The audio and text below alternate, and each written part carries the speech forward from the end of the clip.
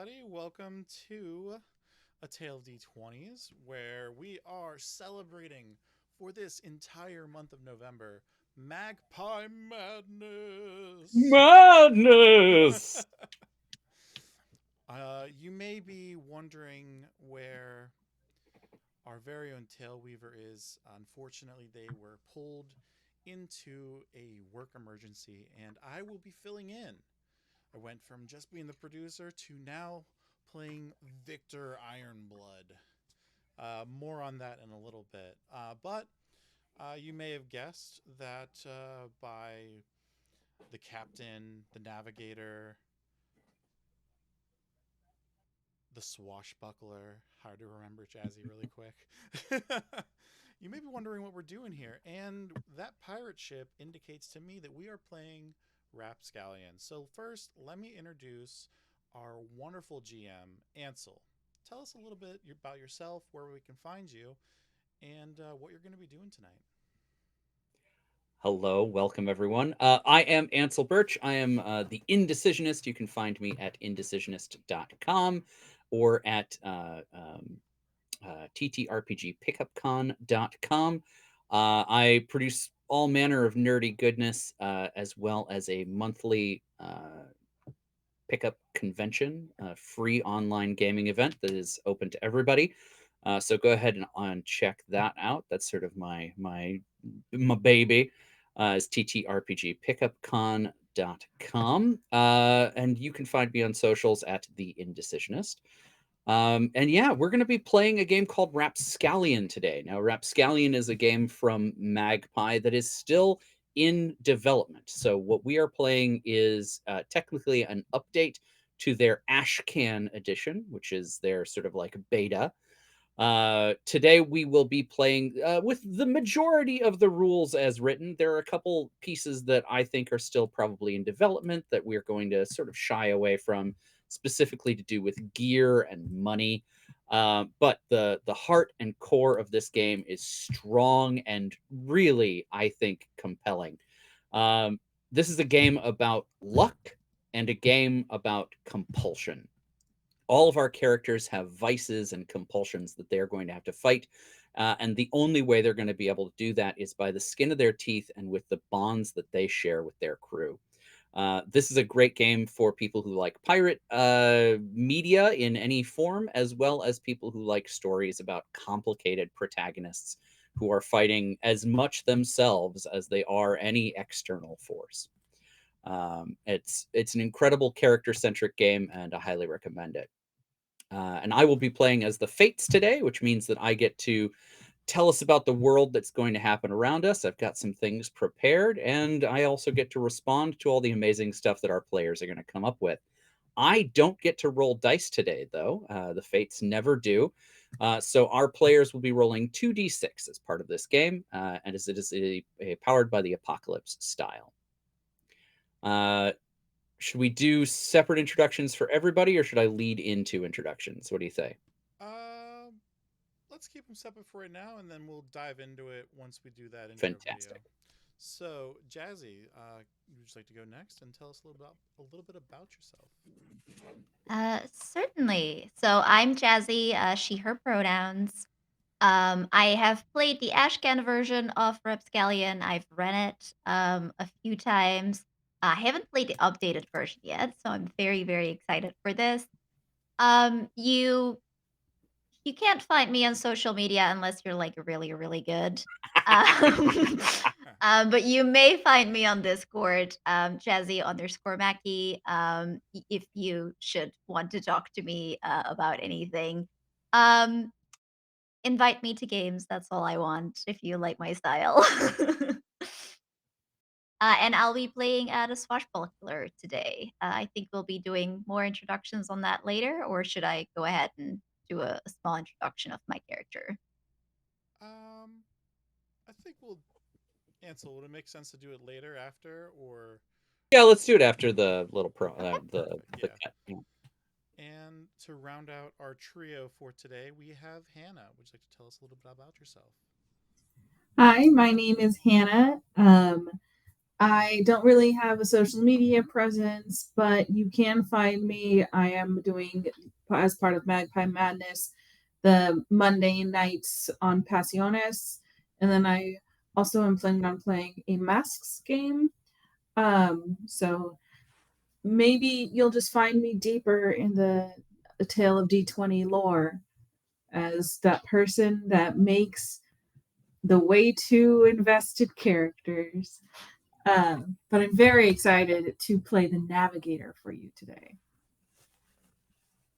Awesome, awesome. I'm so excited to hear it. As a reminder, everyone, for this month of Magpie Madness, we are doing giveaways. So, that being said, make sure that when you are in the chat here, that you, how did Omar put it? You put the keyword Magpie Madness into the chat. That's all you have to do, one word, and you will be entered to win the Avatar Legends core book, physical copy, Ooh. real Oh, paper, real color art, amazing. it's a nice So piece of printing. it it is. And so at the end of today's stream, we'll actually be announcing that. So this is your last chance to get yourself entered. So make sure you enter that keyword Magpie Madness, all one word, to be entered. All right. And I think with that, um, let's cue that intro.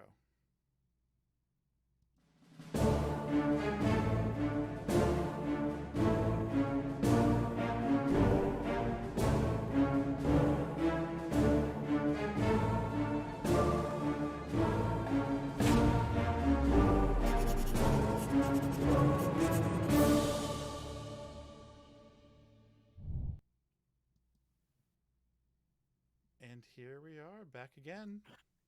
Fantastic. Couldn't keep us away. That's it. Uh, And take it away, Ansel. Fantastic. All right, so today we are playing Rapscallion, a piratey game full of pirate themes, and our characters are, as one might expect, themed in kind. So our first character to sort of cover is our captain, Victor Ironblood. Tell us a little bit about Victor Ironblood. So Victor Ironblood is kind of a complicated character.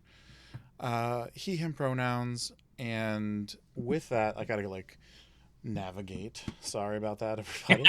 uh, Should have gone he, to somebody else first. yeah, no, but Victor, Victor is kind of weak, frail looking almost. Not the person you think of to strive into that role of being the captain. You know, it's not everybody can fill those boots, and may not even have the feet to do so. Uh, Very Prince Adam from He-Man vibes. yeah, yeah, exactly. And but then sometimes in the right light, the right sunlight, uh, he just becomes this very muscular, very handsome, older, silver-haired gentleman. Nice, strong beard, and it it's weird how that sunlight hits. But that's kind of how I would describe Victor Ironblood, uh, maintaining the role of the captain here today. Anything else that I missed there, GM? I think that covers the bases. So let's hear a little bit about our next character. We have a swashbuckler on board. Uh, let's hear about Jinhua. Yes, so Chinhua, she, they pronouns. She is a swashbuckler, which means that she is a creature of passion and steel equally. Very much a person who you would write romantic tales about. Her lips are always painted red so that her smile is always very beautiful. Always very sleek clothing, very colorful, so that, if there is a battle in the night, you can still definitely see her. And all the clothes are, always swooping and swooshing in every which direction.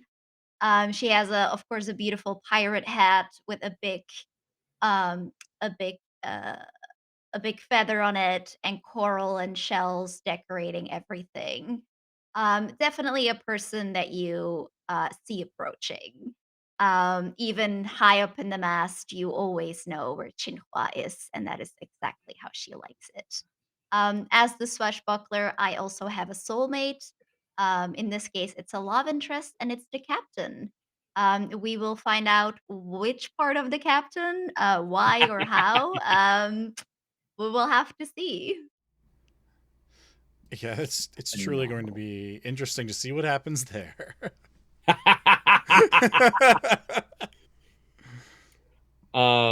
Phenomenal. And our final PC of the session is our navigator, Amarina Oregano. Tell us a Hi. little bit about Almarina.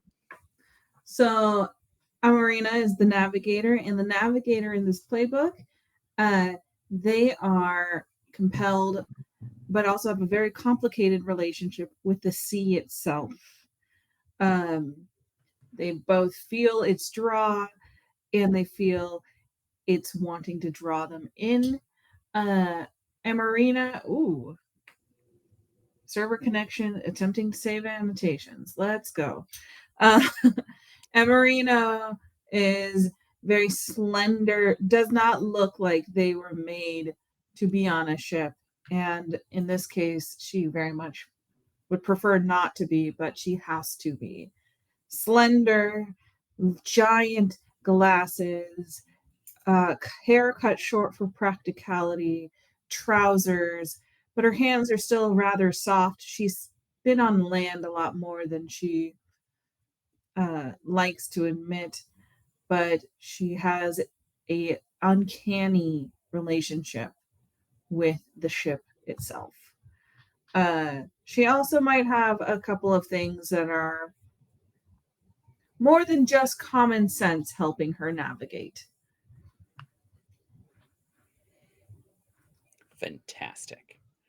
So yeah, that is our crew for today. Now we are going to join our characters already at sea.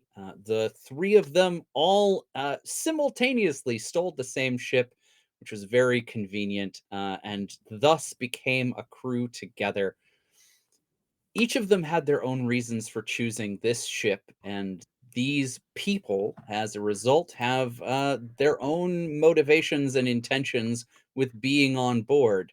But the vessel in question is the Crimson Tempest, a mighty ship with thick planks and a imposing hull.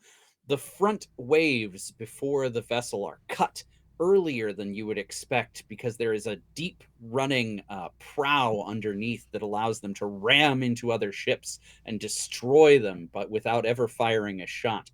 They do have ranks of cannons bristling along the sides and crimson sails. This is the vessel of Captain Ironblood, the Elder.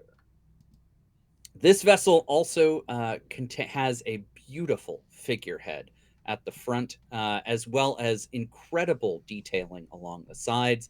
As well as being scary, this is also a ship that people cared about, that people have poured their actual blood into the planks of. And as a result, this is a ship of destiny, a ship of intention, and a ship of greatness. This ship takes our heroes out into the trackless ocean. Now, this is a world where the rulers and sovereigns of the land kingdoms are ineffectual at best, pretenders at least. The true rulers of this world are captains, people who rule the sea, people who command these floating fortresses, and those who have the capability to survive. So, you heroes out here are surveying your domain. Let's take a moment to zoom our camera in onto the deck of the ship as these three characters are going about their average day. I'd like to start with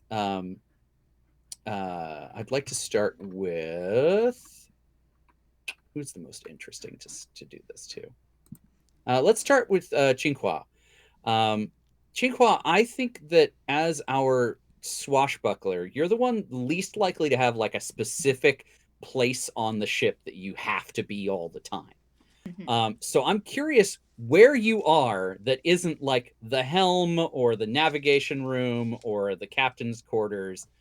Like, what's the weird place where we find Qinghua on the ship? What little corner has she dug out for herself? I think room wise, it's just, whoever caught her fancy. She tries to be close to the captain, but alas, she has not yet been allowed into the cabin, I don't think. But I think like as the ship is sailing, we see her like hanging from the side, having like a rope in hand and just dangling. One hand is kind of going over the waves as she's just watching the ship cleave the waves as we sail further, almost as if she's Classic. already smelling the adventure. Amazing. Yeah, I love this. I love this vision of Qinghua clinging to the riggings and leaning out over the side. That's very, very cool. So Qinghua, you are currently in downtime. Um, so I think that there's an opportunity here as you are looking out to the horizon to get the scoop. And this is a great chance to have our first roll of the game. Um, so I would love for you to go ahead and take your 2d6 and roll plus vinegar for us. Ooh, that is interesting because my vinegar is very bad. I'll be using these water bending dice. Let's see if Yeah. they want fun things to happen. Well, that was already a 6, and it's Oh, -2 for vinegar, so that is a full ooh, 4. okay. So you are not going to get any answers today, which I don't think is because you're bad at looking out to the horizon. I think what we're learning is that the ship is currently so far out to sea that as far as you look in any direction, there is no land to be spotted. You are so far out that you are entirely alone. This is a period that can be the most dangerous for sailors like you because it's easy to get complacent. It's easy to think that you're safe. And I would propose that Tsinghua is part of this failure is that you take that step and go, yeah, we must be safe. Everything's got to be fine. There's no one for you can see 14 miles out to the horizon. That's the distance that is visible on a calm day at sea. So you feel pretty confident that there's absolutely nothing coming. Mhm.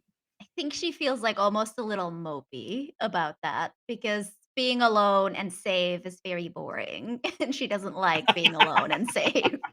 So she's like trying to entertain herself and maybe getting like almost in a childlike manner being more entertained by the waves than anything around her. 'Cause she's like, okay, fine, nothing's happening. I gotta do this myself. She plucks like a barnacle and like tosses it as far as she can. Fantastic. So as this barnacle like sails off into the waves and plops into the water, I think the camera sort of follows it before swinging back up and into the back half of the ship. Underneath the captain's cabin, there is a deck where there are some smaller functional cabins placed. So this is where, for example, the galley is going to be. This is where, if you've got a surgery on board, this is where that'll be. So I think this is probably also where our chart room is. This is a room that not every ship has a dedicated chart room. A lot of ships will have that in the captain's cabin or as a part of the captain's space. But we have our own navigator on board, and I think that that merits a room to herself. So as we sort of zoom into the chart room, how do we find Amarina?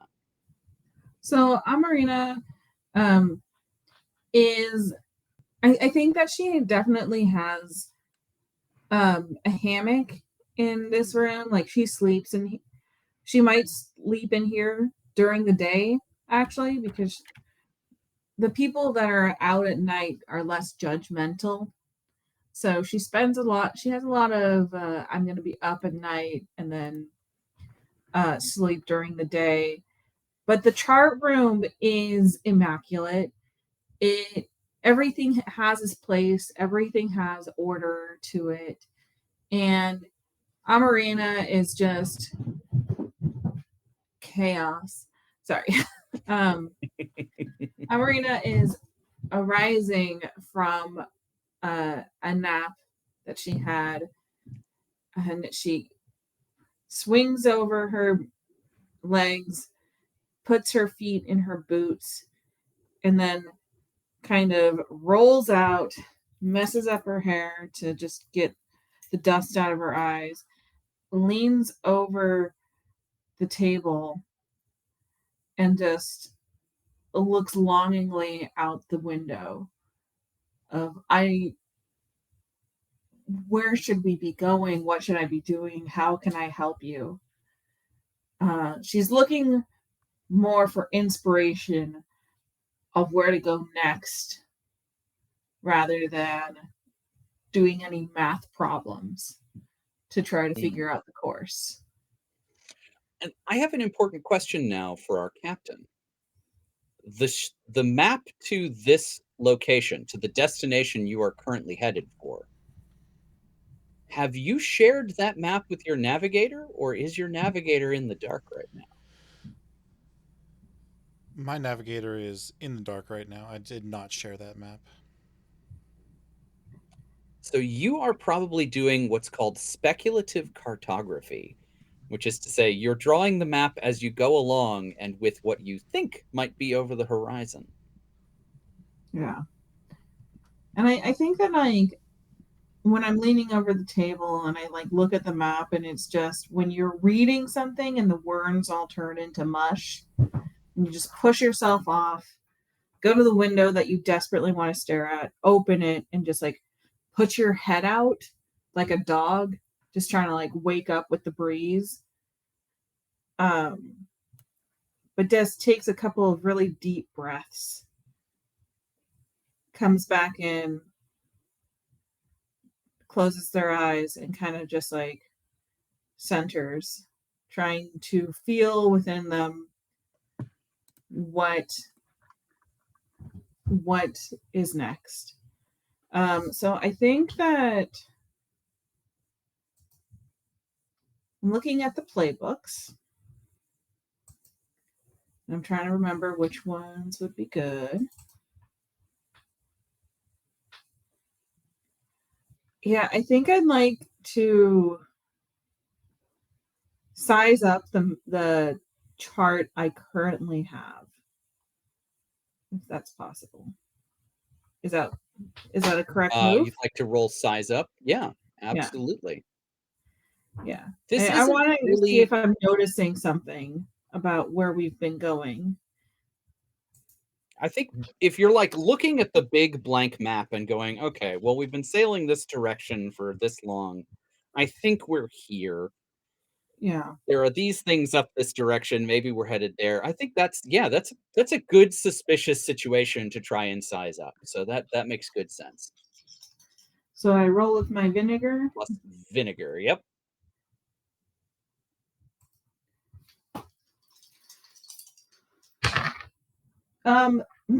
That's a 3. Excellent. I think All right. So go I ahead. was going to say, I think the reason why I am so I am not able to focus is because what brought me to this ship was so shocking to me that it's almost like I walked by the ship, saw it, was immediately drawn to it, and the next thing I know, it's 2 weeks later. Even though it's all been sober, this is the first day where I'm really taking stock of just oh, I just jumped on a ship. So you maybe haven't been doing the homework as you go and tracking your coordinates. Yeah. So you could be anywhere in the wide ocean right now. Yeah. Oh, I think that makes great sense as you sort of like wake up to your situation. Go, oh no, I've made a terrible mistake. Yeah. I was just so thrilled that I got on this ship that I forgot to do the one thing that I'm good at doing. So let's do a cool camera move where we like drop down to the map that you've just scribbled on, going, we could be anywhere here. As the camera sort of like levitates through the floor to the captain's cabin above. Captain, I don't think you necessarily need to be looking at the map, but I think we're going to see the map on the table. What do we see as the camera focuses in on Victor Ironblood in his cabin? Oh, I'm still in my cabin? Okay. Oh, or maybe you're not. Maybe we just see your empty cabin and then the camera comes to find you. I am at the wheel, actually. Oh, so we'll go another deck up. Just So another deck up up. one deck, we see the map. We go up another deck, and there you are. There I am, holding my secreted away map, noticing that no one else is really looking at what I'm doing at the moment, and in a shadowed, hurried gesture, I quickly kind of point my finger on the map and like where we are, answering that eternal question of where we actually are. Mm-hmm. And just, further west on this map, you see a small an island. I'm with an X on it, and I look west as I kind of steer the ship 10 or 20 degrees south, and then bring it back north a little bit. And I'm kind of meandering on purpose, maybe not necessarily making the best use of our time, but keeping our actual heading as secret as I can. I love it. Go ahead and roll plus Spitfire for me as you navigate. This is a ship move. Spitfire. Ooh, well, that's a 5. Oh no! Is there any bonuses from the ship itself that I should remember? No, the ship is not going to Nope. give you any bonuses to this.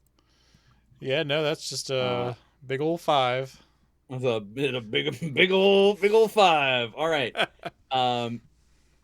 I would like to, at this point, since we've had 3 in a row, I feel like I should mention that as this is a Powered by the Apocalypse game, we fail forward.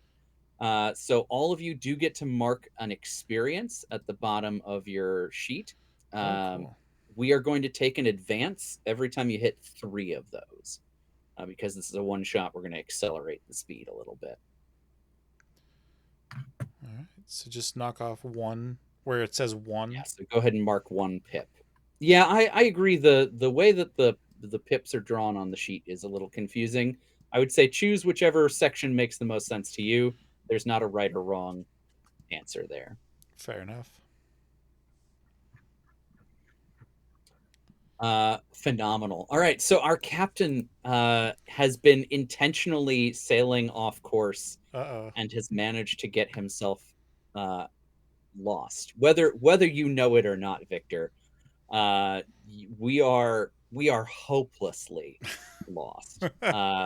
And I may have overturned those directions a little to the left, right, to the right, just a little too much sometimes. Oh, which happens. Keep in mind, this is a time before we had a solid capability to mark latitude and longitude. This is the Wild West as far as navigation goes. And it's almost like there's a reason why there's like a specific navigator. It's wild. It's like crazy. Yeah, it's almost as if you don't tell the navigator where you're going, they can't help you. Things go wrong. It's so weird. Who could have seen this coming? I'm usually much better at this. What a crazy random happenstance. Like, is Victor really much better? No, clearly not. Clearly not. Also, did you say we take 3 experience or just One one? each. Yeah, one each.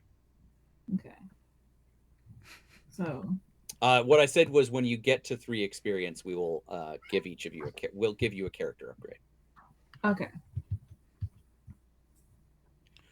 So as we are all in our separate areas, trying desperately to do things and not succeeding, unfortunately, I think that there is a call from the crow's nest as one of your sailors, Sharkbait, calls down from the crow's nest. Oh, I'm not sure if anyone's seeing this, but there's a big shadow in the water following us. I look up from my map. I Are we worried about that, Captain? All hands to the top deck. I hear the And all your hands and I heard the bosun, shadow. or sorry, your first mate, Whale Eye, Whale copies that call. All hands to the top deck. Gets there. You hear running feet from under the deck. The people coming up the various trapdoors all over the vessel. I feel like there's a bell I should be ringing somewhere. Yeah, there's almost certainly a bell. Yeah, and it's probably like linked down to one in my navigator's quarters. Yeah. There's various whistle calls going on, calling people to their positions. In short order, there are 16 extra people standing on the deck, so it's the My God. 19 people altogether. When Amarina comes up, she's like tall and lean. I basically described her as a femme Milo Thatch from Treasure Atlantis. Mm-hmm.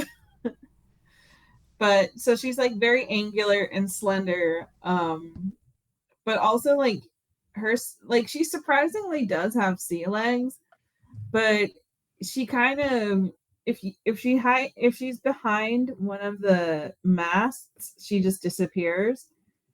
And she makes her way over to like the edge of the ship, looks down, but doesn't look down for too long, and just as soon as she looks back up, is just like,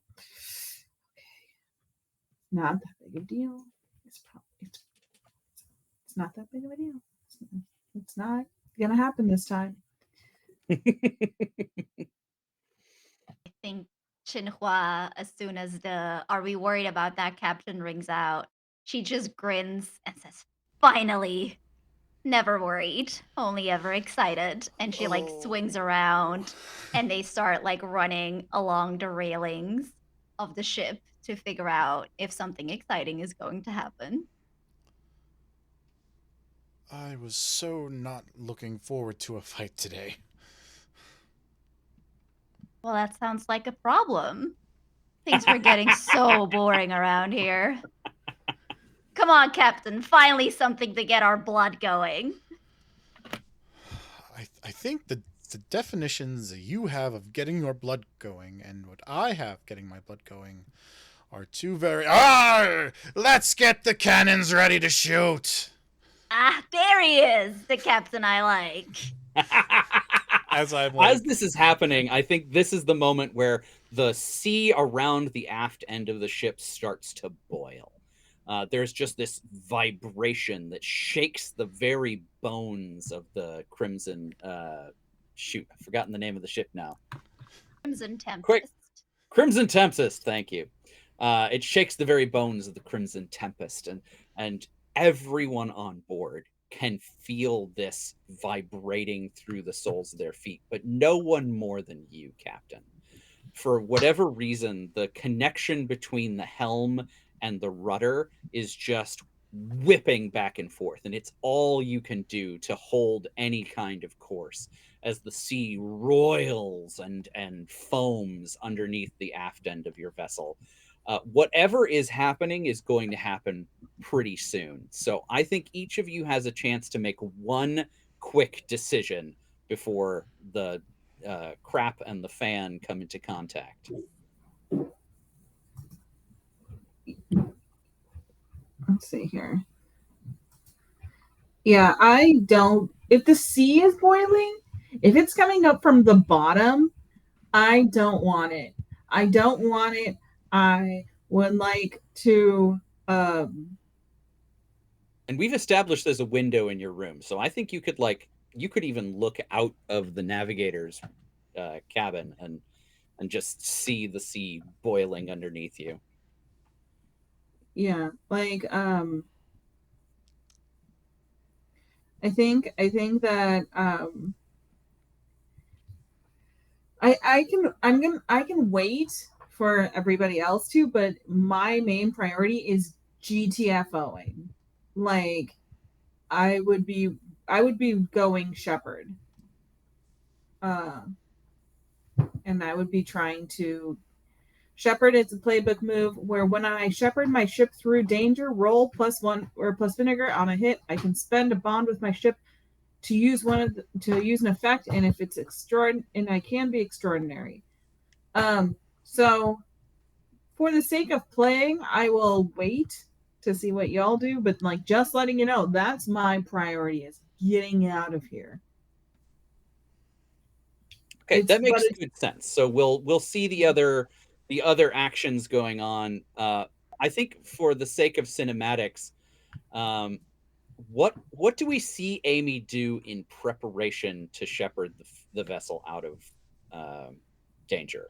If there's like a beginning to this ritual or action, what does that look like before we cut away to see what's going on elsewhere? I think okay. I think what it looks like is also aft is left and right, right? Aft is the back end of the boat. Bow or forward is the front of the boat. Starboard and port are the left and right sides. Thank you. Don't worry too much about ship terminology. I will apply it as necessary. But yeah, don't feel like you have to suddenly become capable sailing lingo users. I think what I do is I start you see me starting to run straight to like the front of the boat, and even just like running up past the figurehead, and you see me like prepare by like starting to do the I'm the king of the world pose. I love the idea that you're just sprinting across the deck in the opposite direction of the danger. Yeah. And then yeah, I'll finish the rest of the thing once it's my full turn. Okay. Xinghua, how about you? What are you up to while this danger is coming up underneath your back end? Yeah, I think as we see Amy run away from the danger, we kind of get like that cross shot of like she's running and Chinhua is passing her, very much running right towards the danger. And she's like running along the railings, grabbing once again like one of the ropes, and she's like kind of like using it to swing up and get like a better view, and almost like as if in that motion she's trying to get the higher ground that if like some beast or some creature were to come up, she would have like a perfect landing to just like jump on it. Her other hand, like not holding the rope, is already on her sword, on her rapier, which is like her special weapon, ready to pull it out if she needs to fight something. And she's just grinning, wild, excited. Her eyes are shimmering in the sea light, in like the reflection of the light and the droplets. Just so hyped that something is going on. I think that Xinhua, as you reach the like apex of this arc and you look down into the water, you can see what's coming. And it's completely bananas. What you see is the silhouette of a ship, as though it was coming at you. Like if it were sailing at you, this is the shape it would make. but it's doing that up. So, Xinhua, as you are in the middle of this swing, what is the decision that you make? What do you want to do with that information? I think she wants to go on the ship. She wants to see what's up. All right. Are you just gonna like dive for it? Yeah, she's like holding the rope so she can maybe swing back, but I think she's just making the dive. She's landing on that ship. Nothing has Excellent. happened for too long. Something needs to happen now.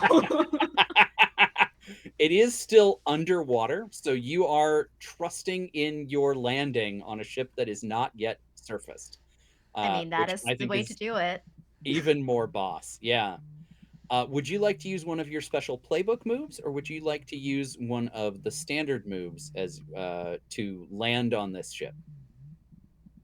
Uh, Interesting. So I'm not sure if I'm yet getting into a fight, which would probably trigger my theatrics moves in that case. But otherwise, I think it should be a standard move because my only other one is when I'm trying to save everyone in an insanely risky way. But I don't think that that's like quite yet what I'm doing. Gotcha. Um, But I think either break in or out, or maybe get into a scrap could fit here, perhaps, if I we're think that doing makes a basic sense. move. Yeah, if you're anticipating them to be antagonists, then it makes sense for you to roll get into a scrap, and you can kind of Mhm. take control of the narrative in that way. Dry as you land, as you make your landing on the deck of this other vessel. Yeah, that makes sense to me. In that case, I roll with blood. Okay, that is a 9. Excellent. Okay, so that's going to be a success. We're going to put a pin in that for right now as Xinhua sort of gets that hang time, uh, and we will zoom over to Victor Ironblood to see what reaction he has. And we'll sort of I resolve all of these things at the same time. so I start feeling around, looking at what's happening, seeing just this dark mass sort of does it look from where I'm standing? Does it look like it's a ship coming out yet, or is it still too like You dark and can't, far away? yeah, you can't see that silhouette from where you are. So from where you are, it's just this amorphous blob sort of roiling the sea from underneath you. It could be a Okay, whale, it could be a kraken. right. Um, yeah, it could be any number of things. Something is This surfacing. this seems kind of like a sticky situation, so I would like to try and twist fate to see if there's Amazing. anything I can do to either remind myself a way to get out of this or something. So should I roll for Spitfire? Now, Captain, I don't think you have any luck right now. Probably Which not. is necessary for you to be able to twist fate, unfortunately. Oh, interesting. Did not know Because that. your starting luck is equal to your Spitfire rank. Got it. So I like that instinct, and I think that it makes sense that that's what the captain wants to do right now. Hmm. I think it's a good motivator for the captain to build up some luck once he gets out of this situation, realizing Okay. that he was unprepared to get into this. Then I guess I'm gonna have to stand my ground, right? And try to steer the ship a little bit out of the way of whatever might be coming. Stand your ground makes good sense. Yeah. So would I be able to spend a bond with? Oh, okay. So what is the compulsion that you are standing your ground against? Do Uh, you think it's are you compelled to run away or are you compelled to dive in? I'm compelled to run away because I've seen whales sink ships before, and I don't want our I like ship to this. get Okay. smacked by a whale. So yeah, go ahead and spend one of your bonds to inspire yourself to stand your ground and not just run and leave this ship behind. Yeah, because I see Qinghua like up in the air about to like crest down into this water, and I think that bond that I have with her is what's gonna like make me want to make sure I don't run into whatever she's trying to land on. That's great. All right, so Qinghua is going to inspire you through this. Phenomenal. So go ahead and mark that off on your sheet. You can see Qinghua there, so you get a +1. So you're going to roll 2d6 plus 1 on this. That's max. That's a 13. Excellent. All right, phenomenal. So you resist the compulsion and you resist any trouble that might be related to this compulsion. So you are fully bolstered to stand your ground and save this ship. As the captain, I think you have an opportunity here to pass that resolve on to your crew as the benefit of this, because because we kind of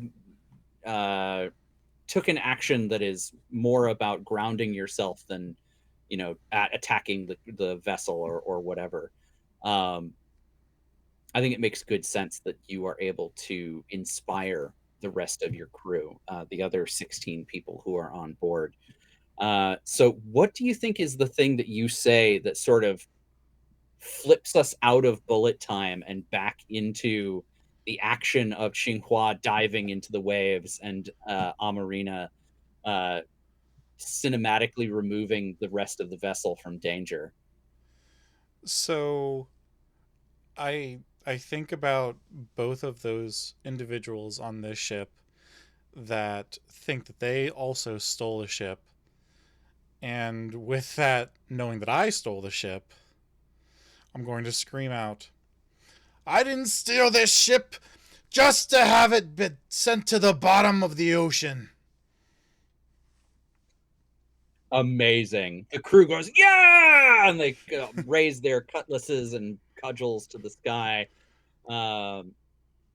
So let's, I think cinematically, it makes sense for us to get the ship out of the way just in time as the other vessel uh, docks. So we sort of leave Xinhua dangling above nothing and then landing on the enemy vessel. I think that's a very cool cinematic choice.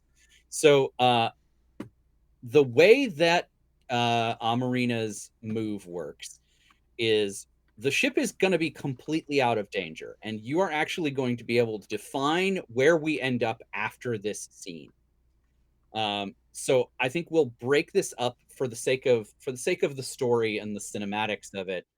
I think let's start with how you move the ship out of the way, and then we will resolve the fullness of the move after we see what Xinhua does with her move. Yeah, I was actually just checking it out, and did you know that reading the rules explains the rules? It's Um, crazy how that happens. I try not because to force it too much on you, but yeah. because would it make more sense if I just played the ship move of escape? It it could, but since you are the navigator, you have access to this special power, and I think that it makes perfect sense for you to use it. Yeah. Um, I think what you see is I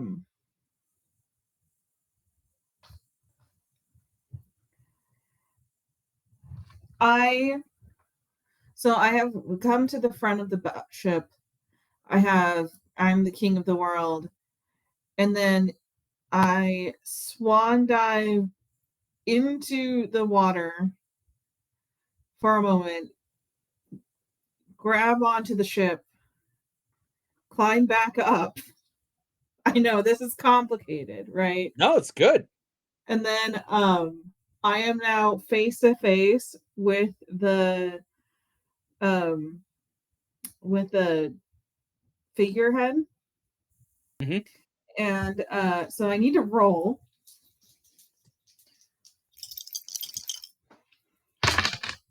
That is a 6 plus 1, and I roll with vinegar, so that is an 8. An 8 is a success. Okay. On a hit, I can spend 1 bond with my ship during the scene to use one of the following effects. So I'm going to spend a bond with the ship, and you're going to see I'm face to face with the figurehead, and of course figureheads are. Is this a figurehead where it's like tilted? So I'm You basically tell rock us. climbing, or Yeah, you tell us. You're the one describing it right now. I think the figurehead is like right underneath the long part of the front part, and that's The why I bow had to like dive up or and go the under. bowsprit Yeah. makes Thank sense. you for knowing boat terms.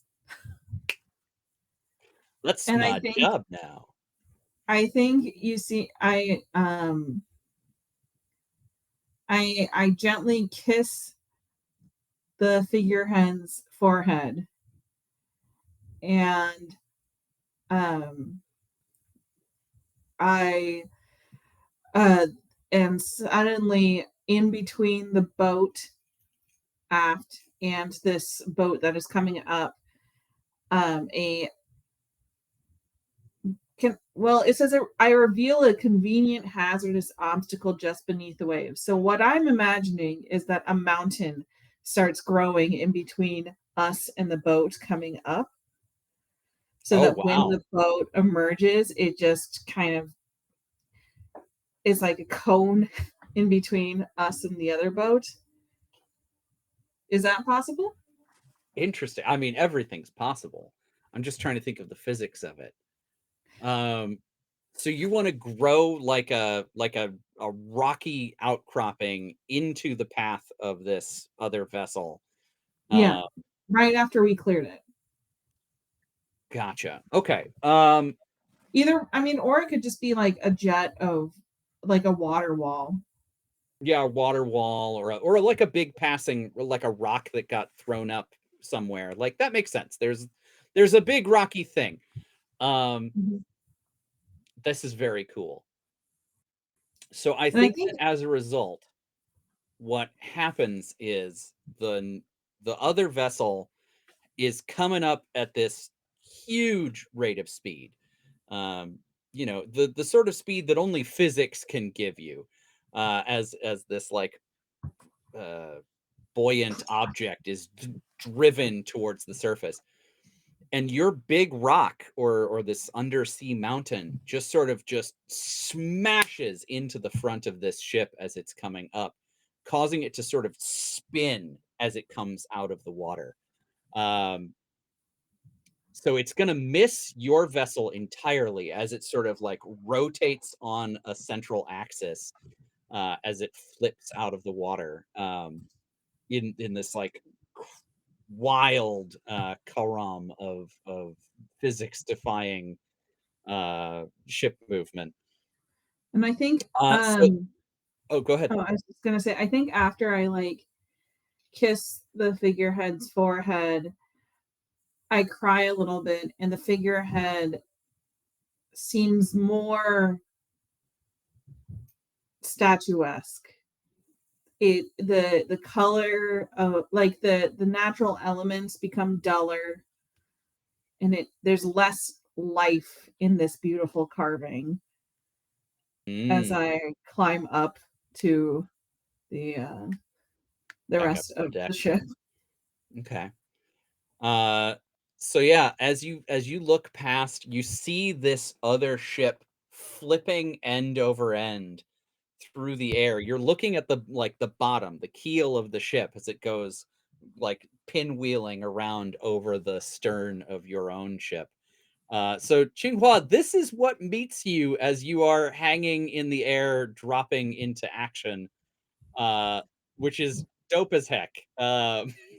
So you've already rolled to a success on this, so Mhm. you not only are going to get out of this with aplomb, but you also get to hurt someone if you want to. Um, at the very least, you are going to arrive where you want to be, ready for action. The question is, do you want to take out a mook while you're at it? Um, sure. I mean, a ship coming out like that doesn't seem like something very peaceful. So I think what we see Feel is like the feel ship free to use is. Legolas physics engines on this one. Sorry, say again. Feel free to use the Legolas physics engines on this. We Yeah, spent a yeah. lot on the special effects. Absolutely. Yeah, I think the ship comes like over and basically like in the small window that may indicate like a captain's cabin or something. I just go like straight through because like my momentum and the momentum of the ship, I just break through the window, like swan diving, feet first. I roll through it, go right through the door. I pull out my rapier. It like pulses with starlight like a heartbeat. It just starts humming, and I just grin like I do, like the hair swoosh. I look up at everyone and says, "All right, who first?" Amazing. As this ship goes, um, it eventually flips over onto the other side and lands. Luckily, because of the way ships are weighted, it does land on its keel, and there's this sudden like "Whoa," and this wave of water that washes up over the over your ship.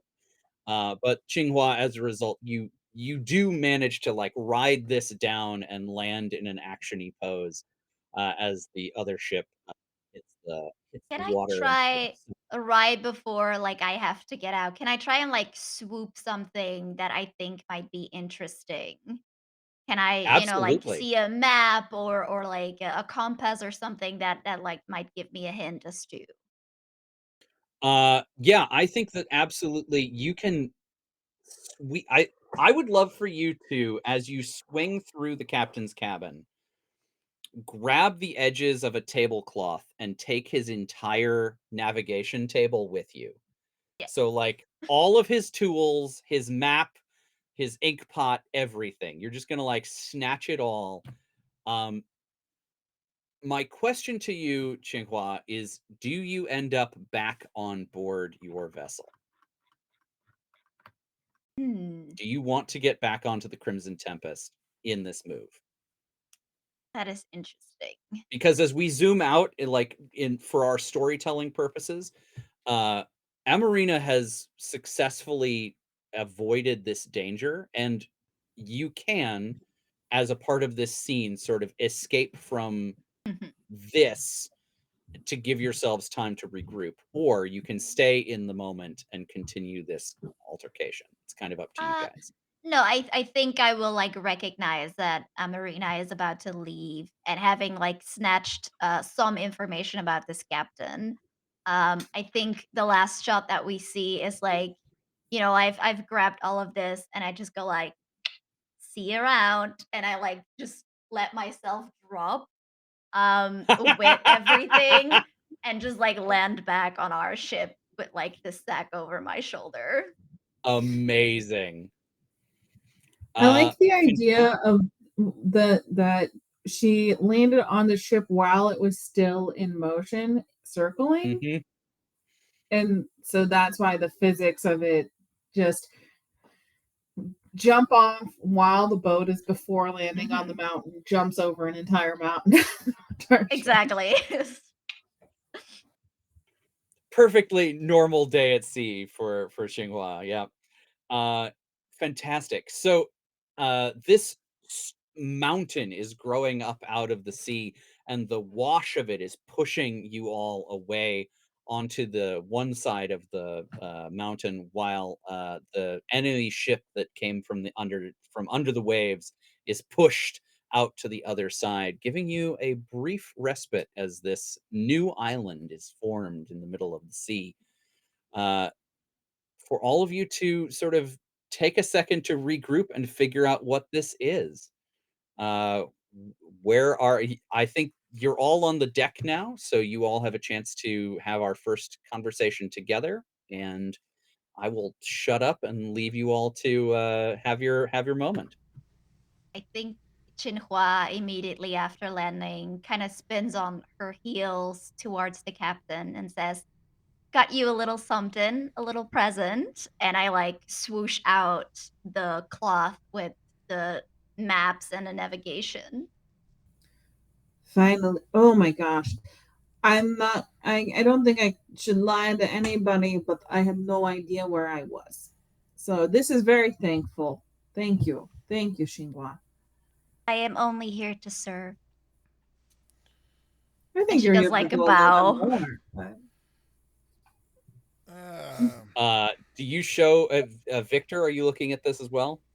I am, and I look down like into my like jacket pocket, and I pull out my own map. It's like, you had the map this entire time and you didn't tell me? it was a secret. Okay. But can you read a map? I mean, I don't think I was reading this one quite so well. Well, But I would like to give it to you now. yeah, I would like to read the maps and would this be a get the scoop or would this be I'm going to give size you a up? couple things for free before you decide what you want to do. Okay. So as you slap this new map down on top of the chart table, followed by the map that the captain hands you, it is immediately obvious that these are copies of the same map.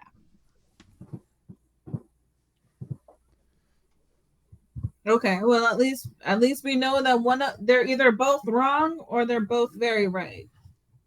At least we know this got exciting. The big difference is that the other map, someone has been tracking their movement on it, so you can tell where you are on their map. Oh, thank God! That one was definitely mine. I'm going to look at Victor and I'm going to sign and I want to figure out whether or not sorry, just trying to figure out what the playbook moves are because I know there's got to be something of like it's only a question of a roll if Victor wants to hide what he's doing. Fair enough. Okay. You don't need to roll to perceive what he's up to. He needs to roll to hide his intentions. So I'm going to say, I doubt that, but thankfully somebody was tracking where we are. So I figure out where we are, and then I look at Victor and I say, "So where does this go?" Obviously, to the treasure. Treasure. I like treasure. What about you, Xinhua? Do you like treasure? Well, I already have you on the ship, so I already have treasure, but I could always use more. Oh. You're Tifa, so dangerous. are you in danger of maybe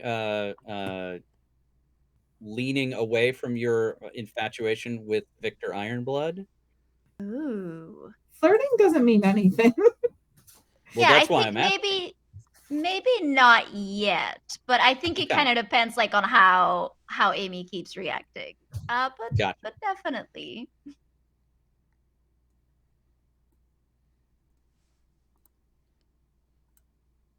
So well, can you get us there? I think I can get us here. And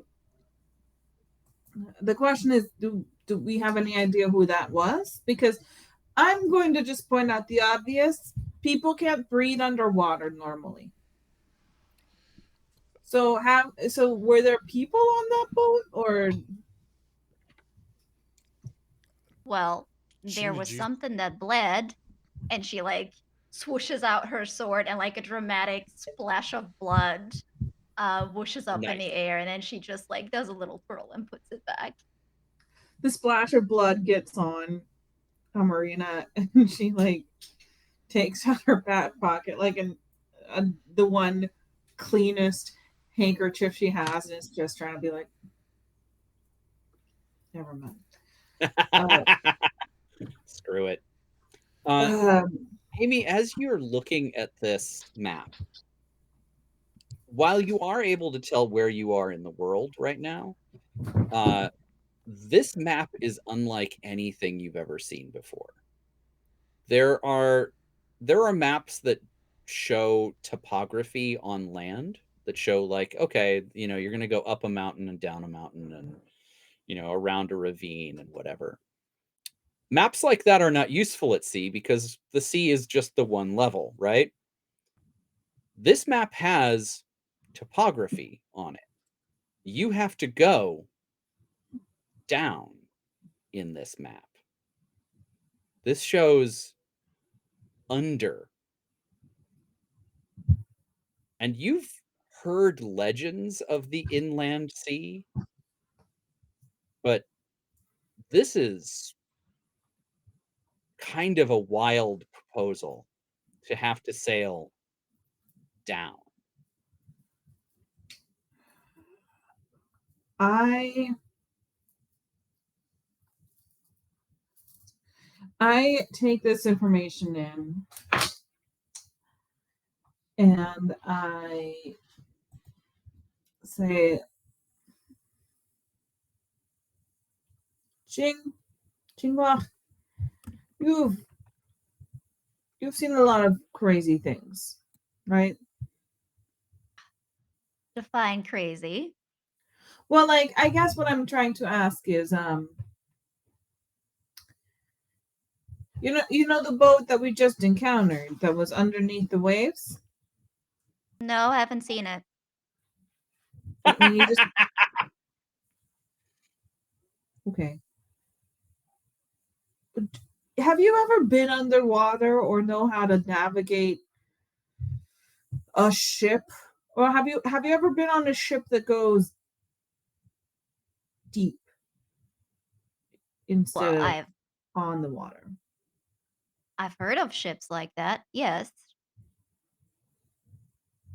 How about you, Victor? Because I think we're gonna need to get deep. Listen, my grandfather may have had certain enemies, certain abilities that I may have heard of, but typically the only ships that do stuff like that are sinking ones. Is it I some would sort like of to magic? could be. I would like to read the map and see how close we are to when we need to go down. How close you need to be to the like X on the map? Yeah, like how far away? Like, are we at a point where we need to start going down? Yes, you are basically right on top of the heading. And in light of that information, I'm guessing there's been some pointing on the map and what have you. Okay. Victor, I would like to go ahead and activate your compulsion. You are compelled, obsessed by the gold that is beneath your feet even now. Your grandfather's ghost rises from your bones. And if you want to not give in to the compulsion to screw everything and go for it and get rid of all care, I'm going to need you to roll to resist. Otherwise, if you go ahead and pursue this at all costs and screw over a crewmate in the process, you can mark 1 experience. Is it really You see, screwing over a crewmate if we go and get what we need from that treasure? I mean, that's screwing over is in the eye of the beholder, right? Exactly. I think we're going with that route. Be bold here. The ghost So is compelling me. I think as a result, Captain, you must have known that you were going underwater. What did you bring with you that allows this to happen? um,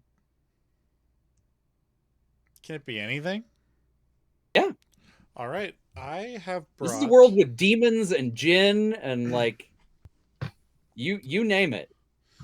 I have brought a small little flute, and I pull the flute out, seeing my crewmates' confusion and maybe even some concern as I start playing the infamous Hot Cross Buns. And The as the spookiest A song. powerful song.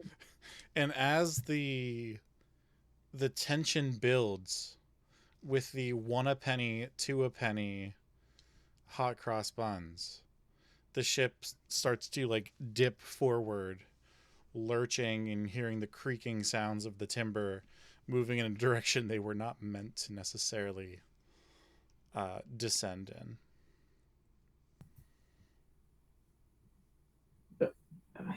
You know, I'm very glad that you had your own solution, because mine was violent.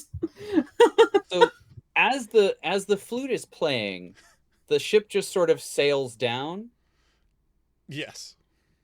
Like, what does that look like? Does the sea sort of just drop out, or is the ship now just moving differently through the waves? Is it like you've got more mass or something now? So the ship itself kind of uh, gets a little bit brighter along the edges. The entire thing becomes a little bit more slick, and Mm-hmm. we seem to just be able to break the friction of the surface tension of the water and just sort of slide almost silently into the waves as the tide swells and drops. And as all of us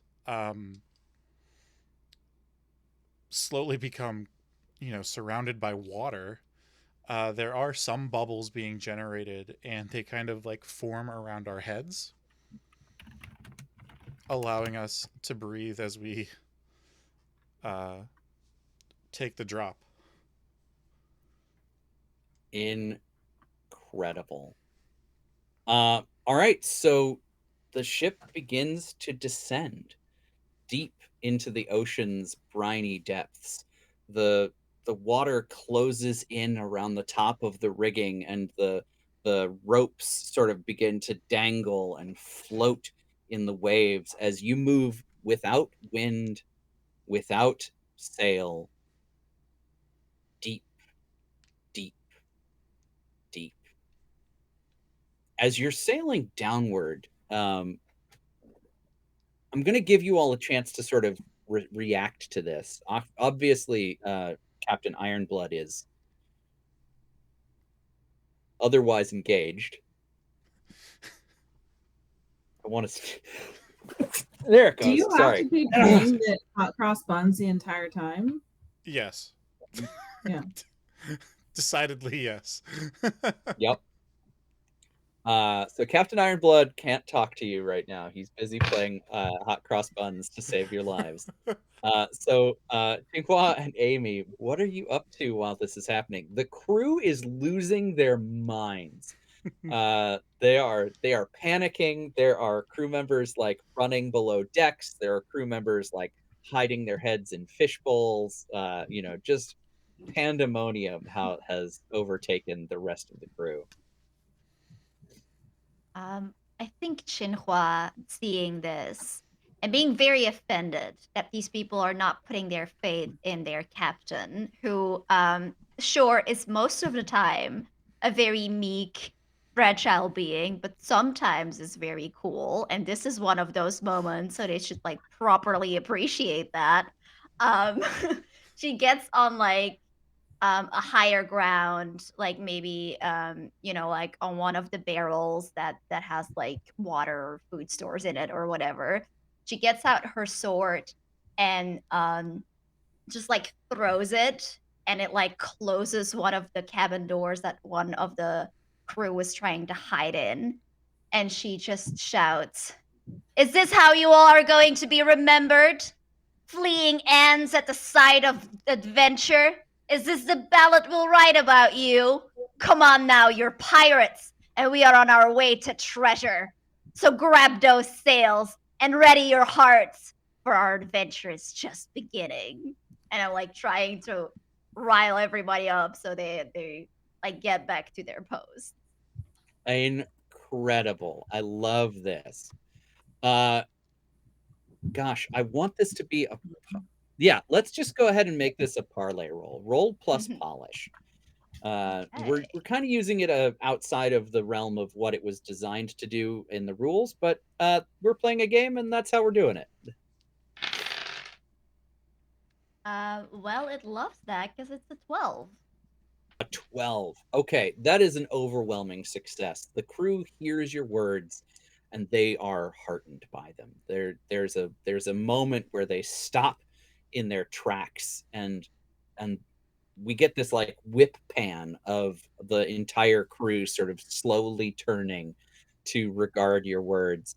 They are compelled by the promise of treasure, exactly as you hoped. You said treasure was on the other side of this, and it reminded them of why they're here and why this is a worthy trade for them to make. I would like you to go ahead and put a bond with the crew on your sheet. I think despite everything, like the crew is all we get like that shot of the crew all looking at her, but they're just looking at the captain almost in this like, like did my crush notice that I did something cool for them Yeah. kind of way, but Notice me, like trying to senpai. play it off. Yep.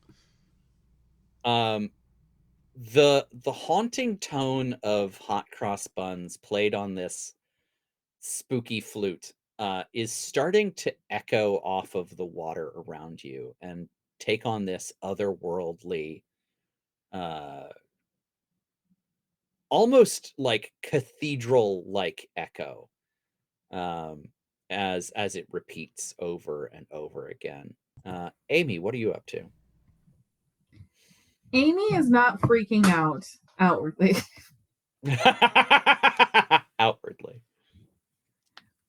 because Amy has experienced this before. Not this way, but she has been deep below the depths. And she's not going to do anything brave right now, but she is going to like inside of her pouch she has a vial of Leviathan blood, and it starts growing hot and vibrating as it is getting lower and lower, and she knows that the source of this blood is not far away. I think She's this is a. Oh, yeah, go go on. ahead. Sorry. I was just gonna say, and she is readying herself to prepare a ritual to try, and she is preparing at every moment to make the fastest escape possible. But she is trying to she thinks this is a very terrible idea,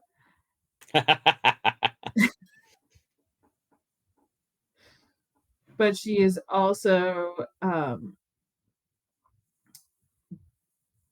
fighting against being pulled into it. She's very afraid that she is going to be staying down here. So I think this is a great opportunity for us to ask an important question, Amy.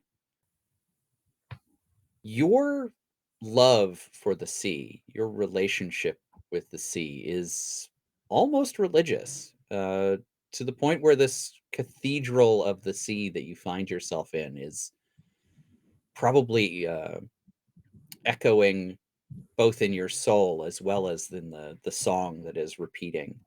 Yeah. You are bound by the rules of the sea. Are you in danger of breaking any of those rules while you're down here?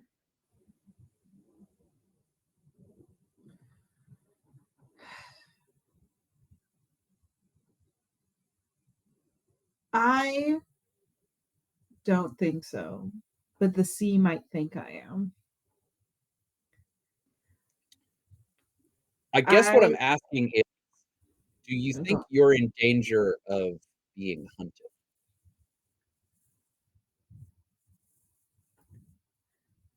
I think I am. Yeah, actually, I think that at this point, I am too close to comfort uh, to where, yeah, I think I probably should take the point of hunted, where I'm just feeling the pressure of all of the things I've been trying to avoid around me. What is it that you think is gonna get you there? Is it that, you know, your commandment is to embrace the sea and you want to leave it?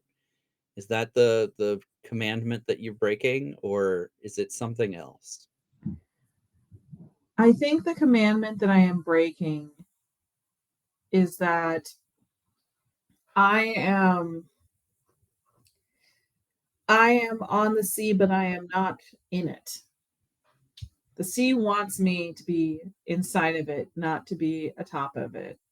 And it certainly does not want me on top of it with this ship.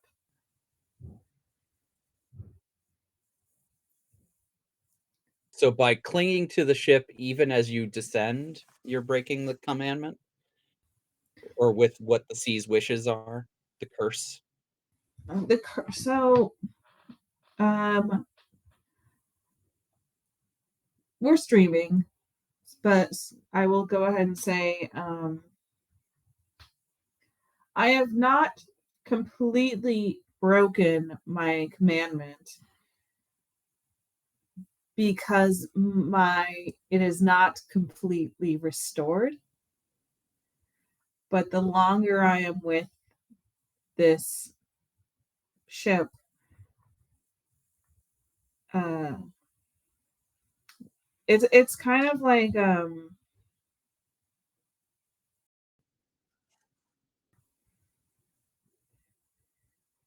not fully cheating, but I am continuously keeping the line of conversation open.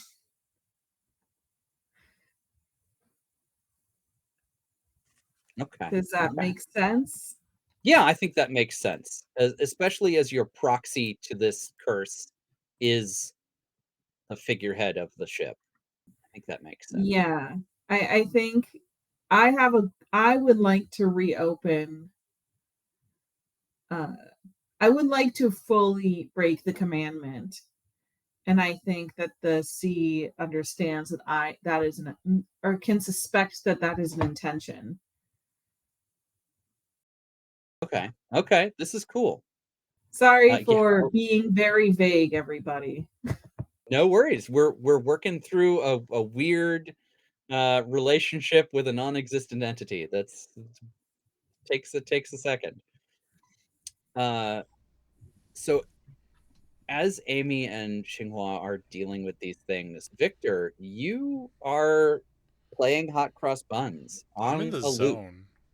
Yeah, as this and it is like This is some like new age concert stuff going on here. Like you've got effectively a recorder in a super echoey space.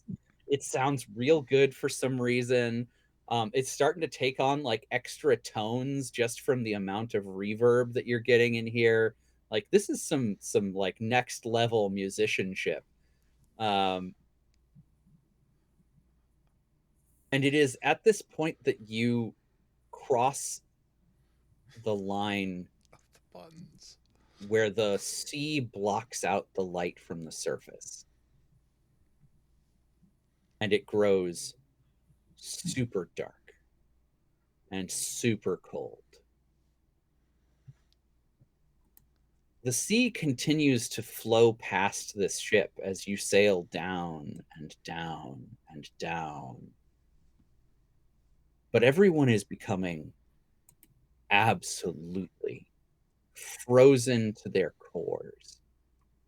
Each one of you can feel the chill of the sea crawling into your bones.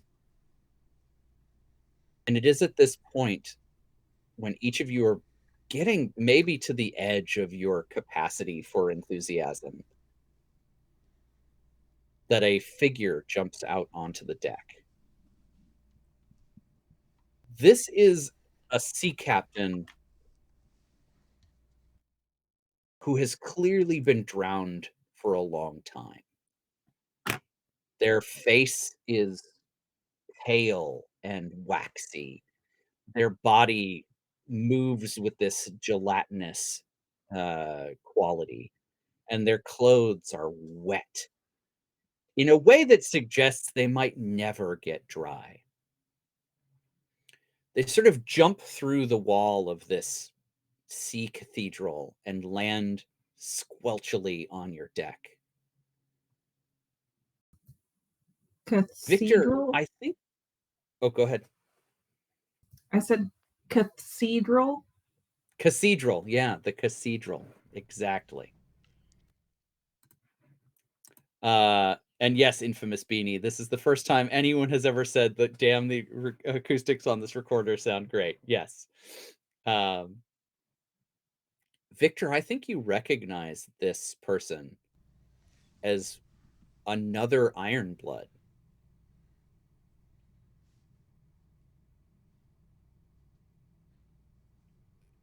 Dad? I think that this is your great.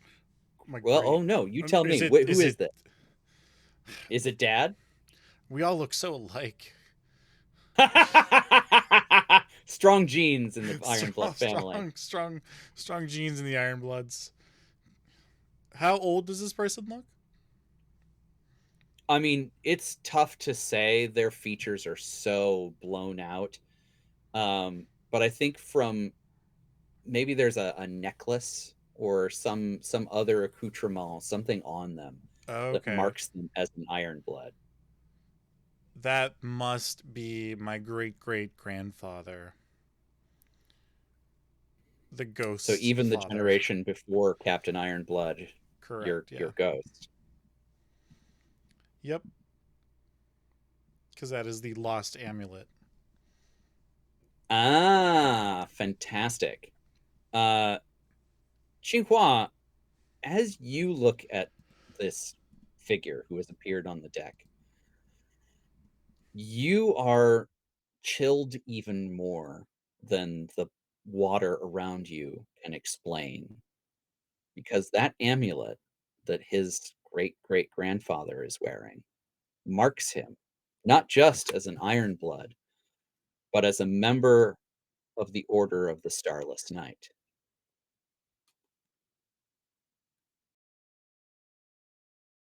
I immediately pull my sword and kind of position myself between the captain and this drowned captain and say, "You cannot trust him, whatever he promises."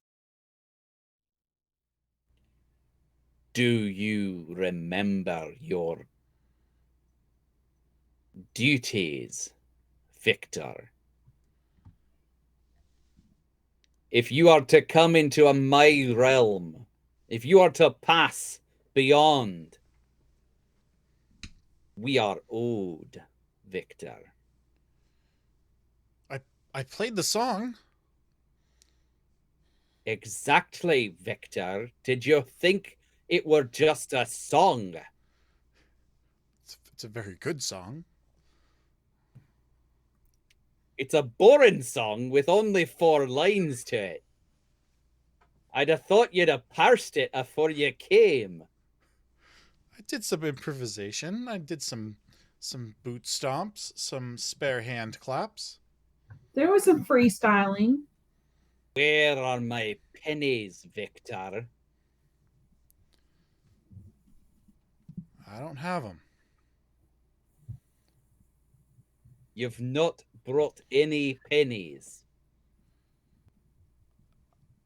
I checked my pockets. Do I have any pennies? Let's see. I think this is another opportunity where you need to twist fate, but you don't have I any. still don't have any luck. luck, unfortunately. But it You does do have take one. crewmates. It does take one to know one.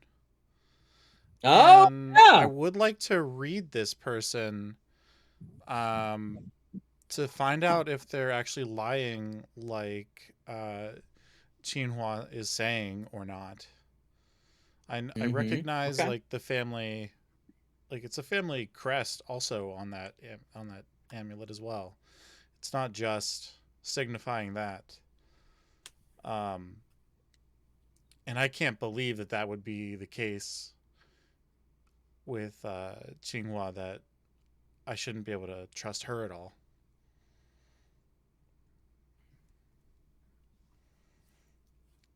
So I guess I'm gonna roll some vinegar. Roll plus vinegar. Ooh, that is an 11. There was some An piss 11. in that vinegar too. Definitely. Yeah. All right. So you get to ask 2 questions in this interaction, and he will answer them honestly. What are your true intentions here? And are you lying, and why?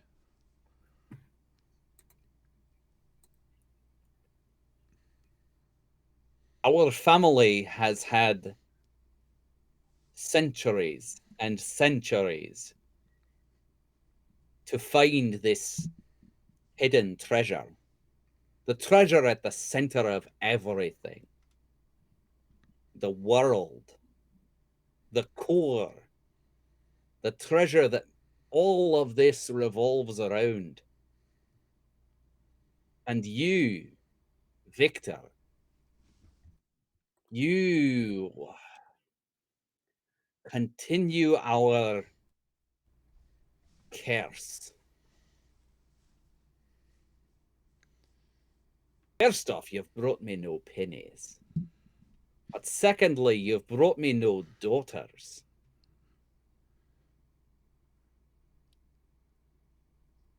So once again, as we've no daughters, we gave it to you.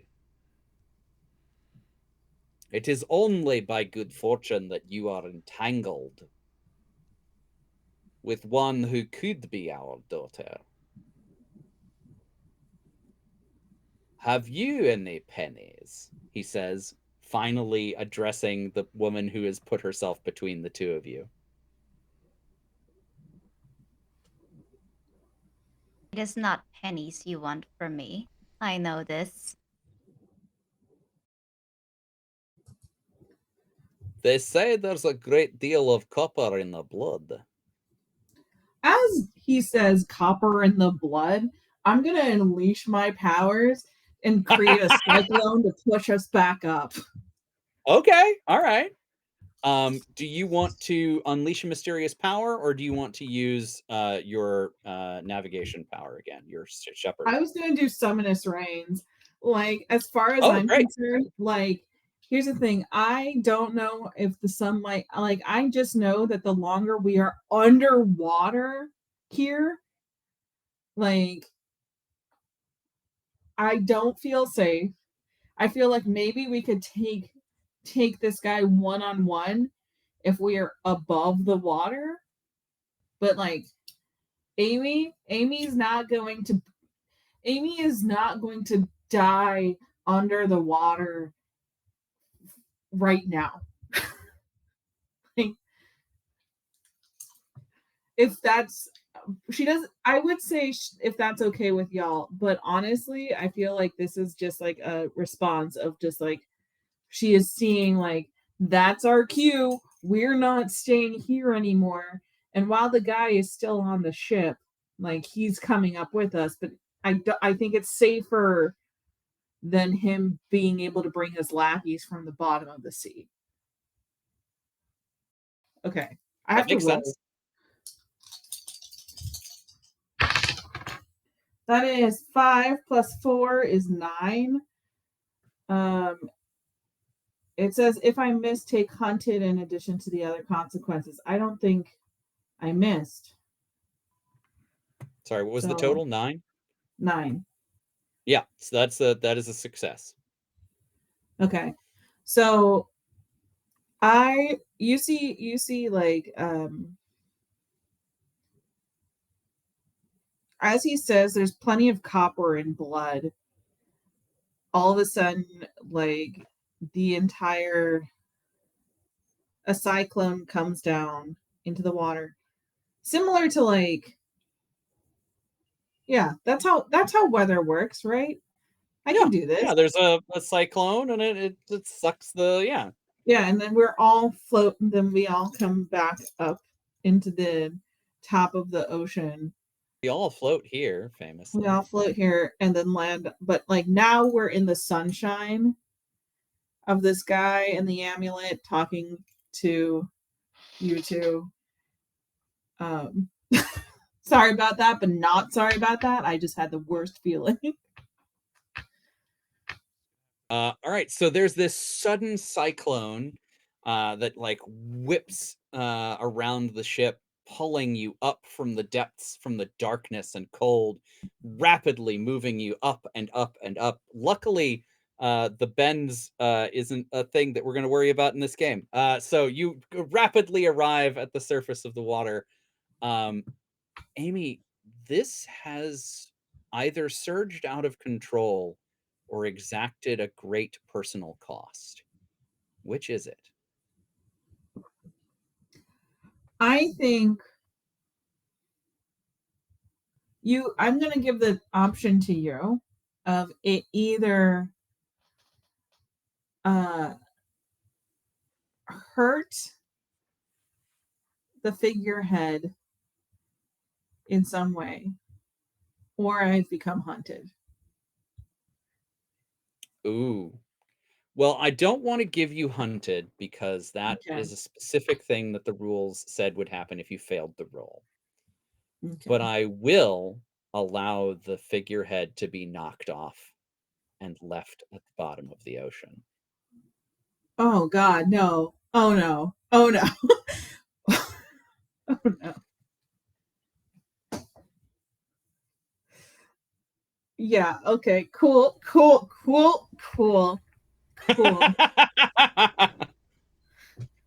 What did you do to my All right. figurehead? God, that was I had that carved special. You did not have Odette Cod's carved special. Aye, but I did.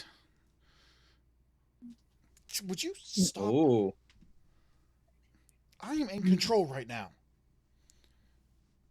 I don't. I see you've brought more than one generation with you. Is that you, grandson? No, da, it's me. Well, can't say as I am pleasantly surprised to find you freeloading. You'd a whole life to yourself, and now you've driven this seaweed into the family locker.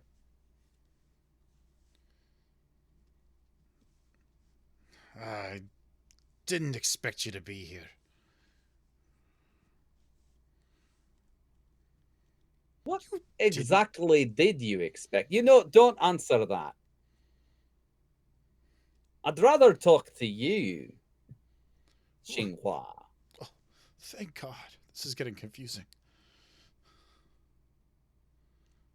Chihua Did kind you of. come of your own volition down into my territory?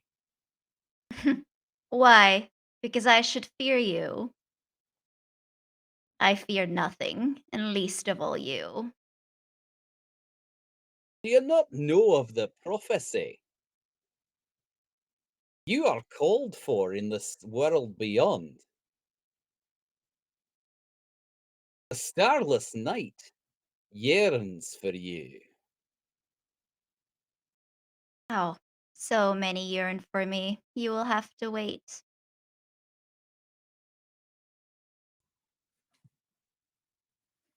And she pulls out her sword and she says, "Copper in the blood, you say? Well, let's test that theory.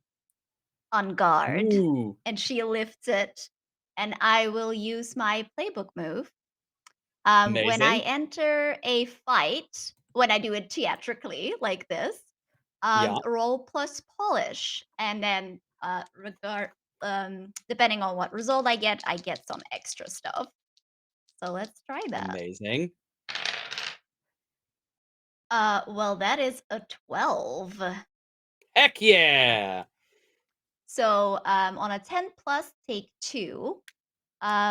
I take 2 hold. For as long as the scene lasts, spend hold to mark one of the following theatrics and use its effect. You can't use an option that's already been marked, and when everything's been marked, I start over again. Uh, this is spectacular. Okay, so you have 2 of those that you can hold to use at any point during the remainder of this scene. Um, let's see. So yeah, if you want to blow one right now, if you want to blow both of them right now, you totally can. I think it makes sense to start with challenge someone to a duel they can't refuse. I think he has to fight me. He can't weasel out. He can't dirty trick his way out. He has to fight me one on one. Amazing. I love that. Um, so which uh which sword have you drawn on him? Oh, I think it's the sword.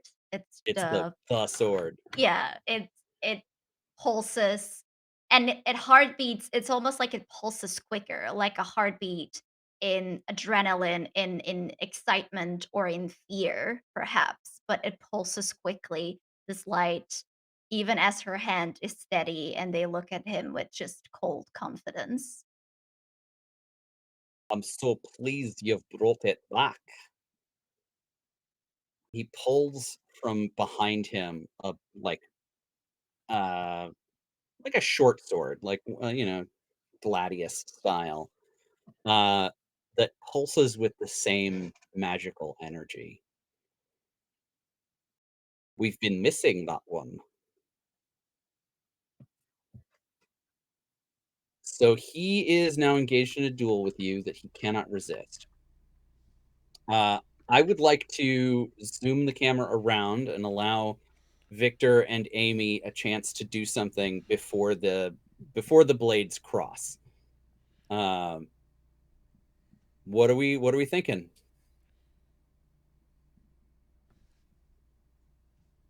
Amy, do you want to go first? I am going to somehow. Okay, I'd like to perform a ritual. Uh, and Solve I your just, problems with magic. yeah, of course, I'm gonna solve my problems with magic. I'm nothing without it. Um, well, no, it because that's a downtime thing. Never mind, I can't do it. I'm. Um, oh, You can't wait! I perform a didn't use ritual. You can Spitfire unleash when I mysterious unleashed my power. mis. Yeah. I did not use Spitfire when I unleashed my mysterious powers. So I rolled a 9, but I got a 10. Oh, wow. Okay. So Well, then the figurehead remains where it is. I mean, it didn't like. I don't mean to be a jerk. No, Um, that's fine. Them's the rules. I'm not okay, going to take I'm stuff so away from sorry, you everybody. unnecessarily. I would because I'm like reading the rules. Okay. Anyway, so while that's going on, right, I'm still gonna try to help. I when like because I am compelled to magical items like a moth to the flame. Mm-hmm. So I think I want to sorry, for some reason it keeps just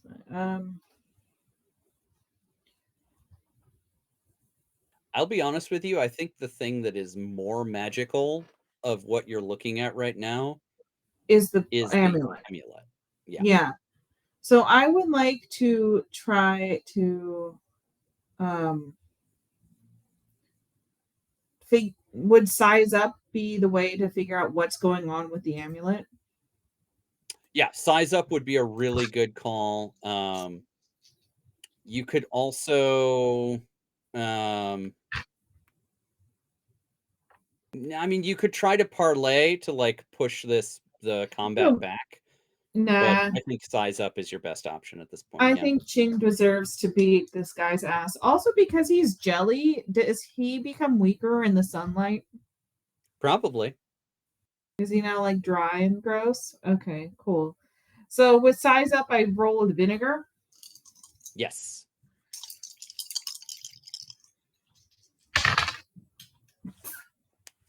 That's a 4, baby.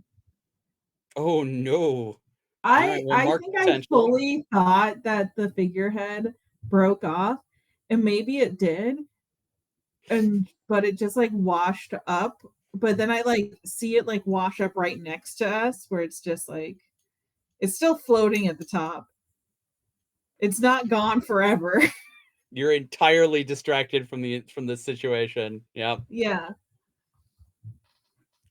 Amazing. Okay. Yeah. I will accept that bad stuff. But I get You were gonna get some experience, right? useful info, and instead, oh hey, look, my girlfriend. Yeah. I get experience though, right? You do. You get experience. Let me know when you hit 3. Okay. All right. And Victor, how about you? I You've was been thinking granted a about brief this. respite. Yeah.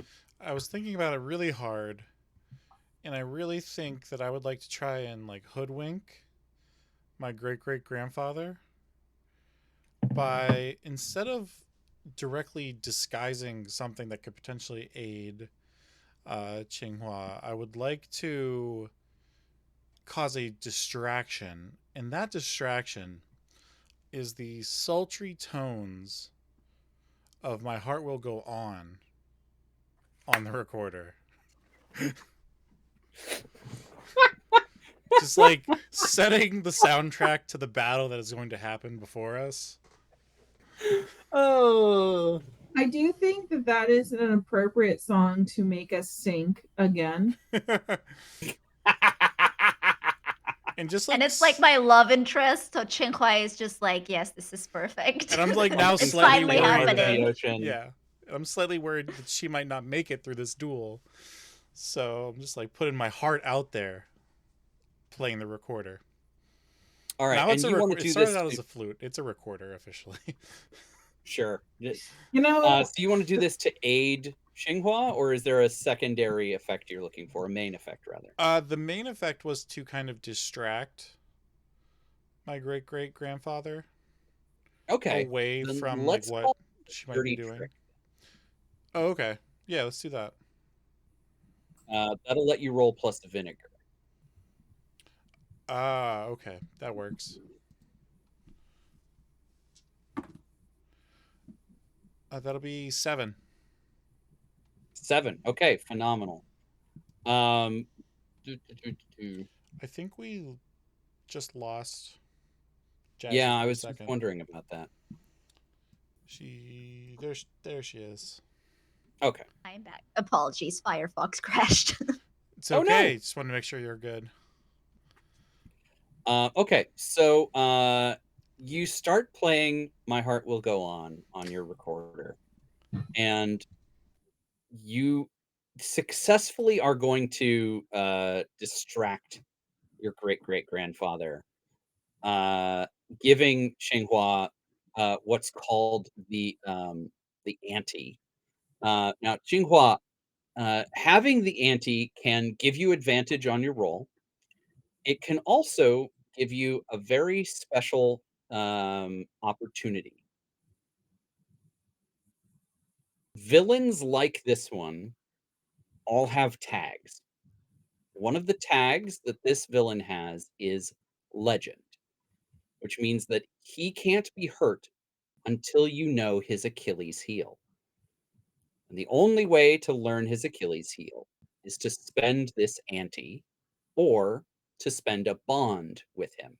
Now, Victor hypothetically could have a bond with his great great grandfather, but you have the ante, which means you can spot this weakness and exploit it in your next move. Yeah, absolutely. I And will spend TNT to get that. so I think this is a great moment for us to take our 10-minute break here at the halfway point. And when we rejoin, the swords will clash, and Xinghua will use the ante in whatever altercation follows. Awesome. Uh, we cannot hear you, Zach. Oh no, I was so There it is. smooth. It was such a good transition. But anyways, as per usual, got to crash into it somehow. Don't forget that for the break here and the rest of the session, to mention Magpie Madness, all one word, into the chat if you'd like to be entered for our Avatar Legends core book giveaway. We'll announce the winner at the end for this week and have more stuff in the weeks to follow. So make sure you're coming back and checking out the streams that we're doing all month here with Magpie Games. Ansel, thank you so much for guiding us through this first half. And Jazzy and Hannah, thank you so much for adding to the hilarity and absurd adventure that we're going on. I love it so much. Here's the thing: is I really love the movie Mannequin, and I just realized that that's what I'm playing. Oops. Oops, you got some mannequin in your pirate movie. So I'm excited to explore all of that in another 10 minutes. So everybody in the chat, hang tight. We'll be right back.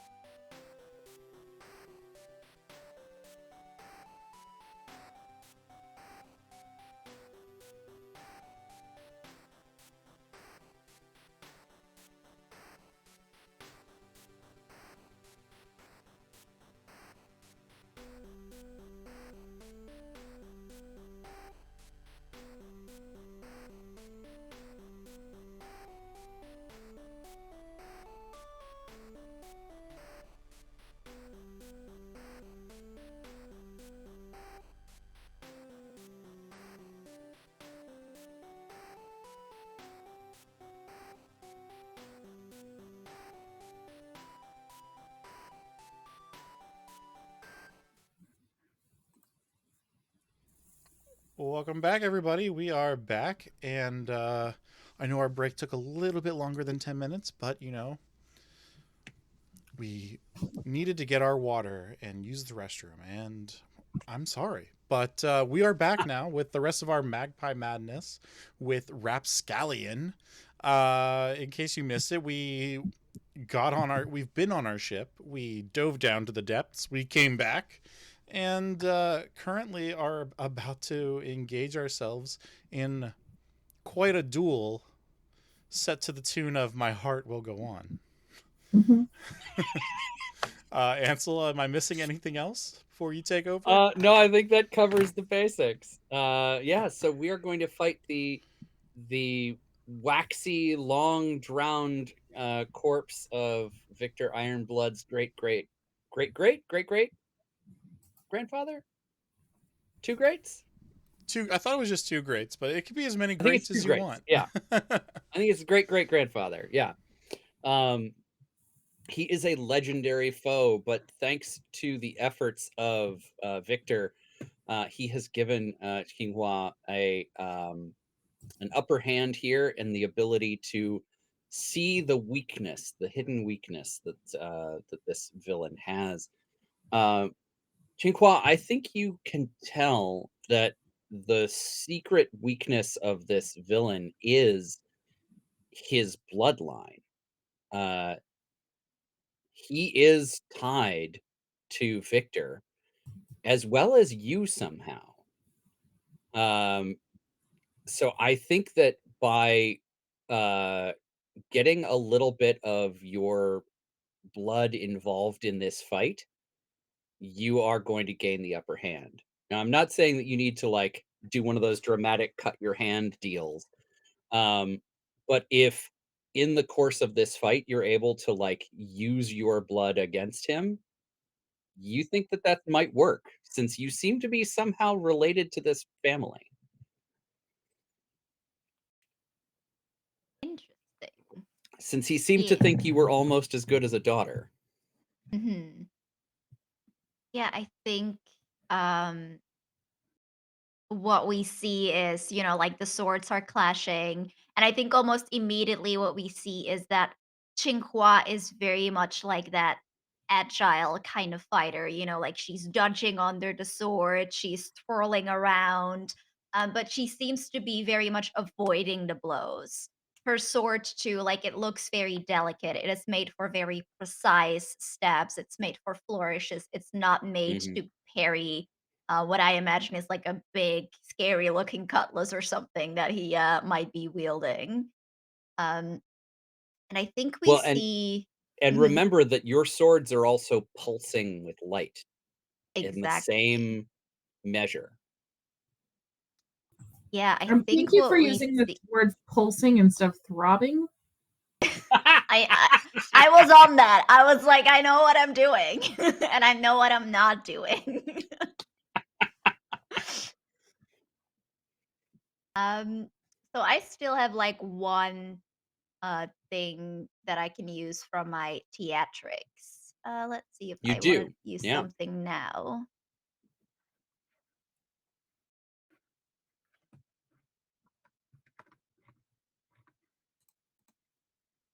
Um, Ooh, I can pin an enemy to the wall by throwing something. That is interesting. Um, yeah, I think what we see as the fight continues is that I will do that. I think there's like, Chinois finally gets hit. Maybe the sword even like kind of falls from her hand, and there's like that beat where he seems to be thinking like, do I need to get her? Or do I need to get the sword? And then we're both scrambling for the sword that's still pulsing and pulsing and pulsing. And as he is going for it, she stands up and takes out. I've decided that my other weapon is going to be a whip, and I think, like, rather than throwing something, what I wanna do is she'll take out the whip and she, like, uses it to wrap it around, like, one of the, like, the wooden beams that hold up the mast or Hmm. something that can be used, and she'll pull it, and she'll go like, "Victor, now!" And I'm throwing you the whip, and you like continue to pull the motion, and with the momentum of that beam, we just like whack him into the wall, where he's trapped for a moment by just the weight of this giant beam holding him there. And the sword is still there, but instead of going for my sword, I go right up to his. That's like still out, and I'll lean very close, and I'll say, "You want me? You'll never get me." And I just lean in close enough so that his sword like cuts one trickle Just of a little blood, nick. yeah, on like my cheekbone, and it starts pulsing down on the sword, and I'll see what that does. That's so freaking badass. Okay. Go ahead and That roll. was badass and hot. Yeah, right. That is what Uh, she is, badass and hot. Biggest badass. compliment you could give her. That's all she wants to be, Yes. badass and hot. She's like, I mean, "Yes, she I is did it." Xinhua awakening things. What she's Well, here learned a for little is what something she about does. ourselves that day. Victor is now confused, hearing his great grandfather talking about her as being a daughter as well. Not sure where that leaves this potential romance. Yeah. Qinghua, go ahead and roll plus blood. Very appropriate. Yes.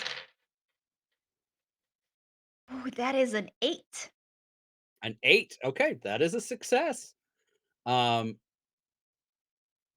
You are going to trade blows. You will take 2 harm as a part of the fight as you're getting into position to do all of this. So there's this, dual back and forth, the parry and thrust and whatnot before the whip happens. You pin him to the wall, the blood comes down your face. Which is all fantastic stuff.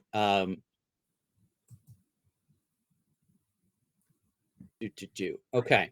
Well, I want to add one line Oh, please. because of the love interest, and I'll look him straight in the eye out of my corner, still seeing Victor, and I'll say, "There's only one Iron Blood who can command me, and it is not you." Amazing. Okay. All right. I He leans forward as you let the sword cut your cheek. And he like goes to lick the blood off of the blade. He says, "That's the stuff, and I'm pleased to hear it. Remember your pennies." And as he like swallows the blood, there's this rush of like life through his face. And you get a momentary view of what he must have looked like when he was alive. Strong, brave, just stout of face and bearing. The sort of face that's seen too many years at sea, but still looks to the horizon before he sort of passes back out of that and leaves just this husk of his body pinned to the wall. The sword clatters to the floor.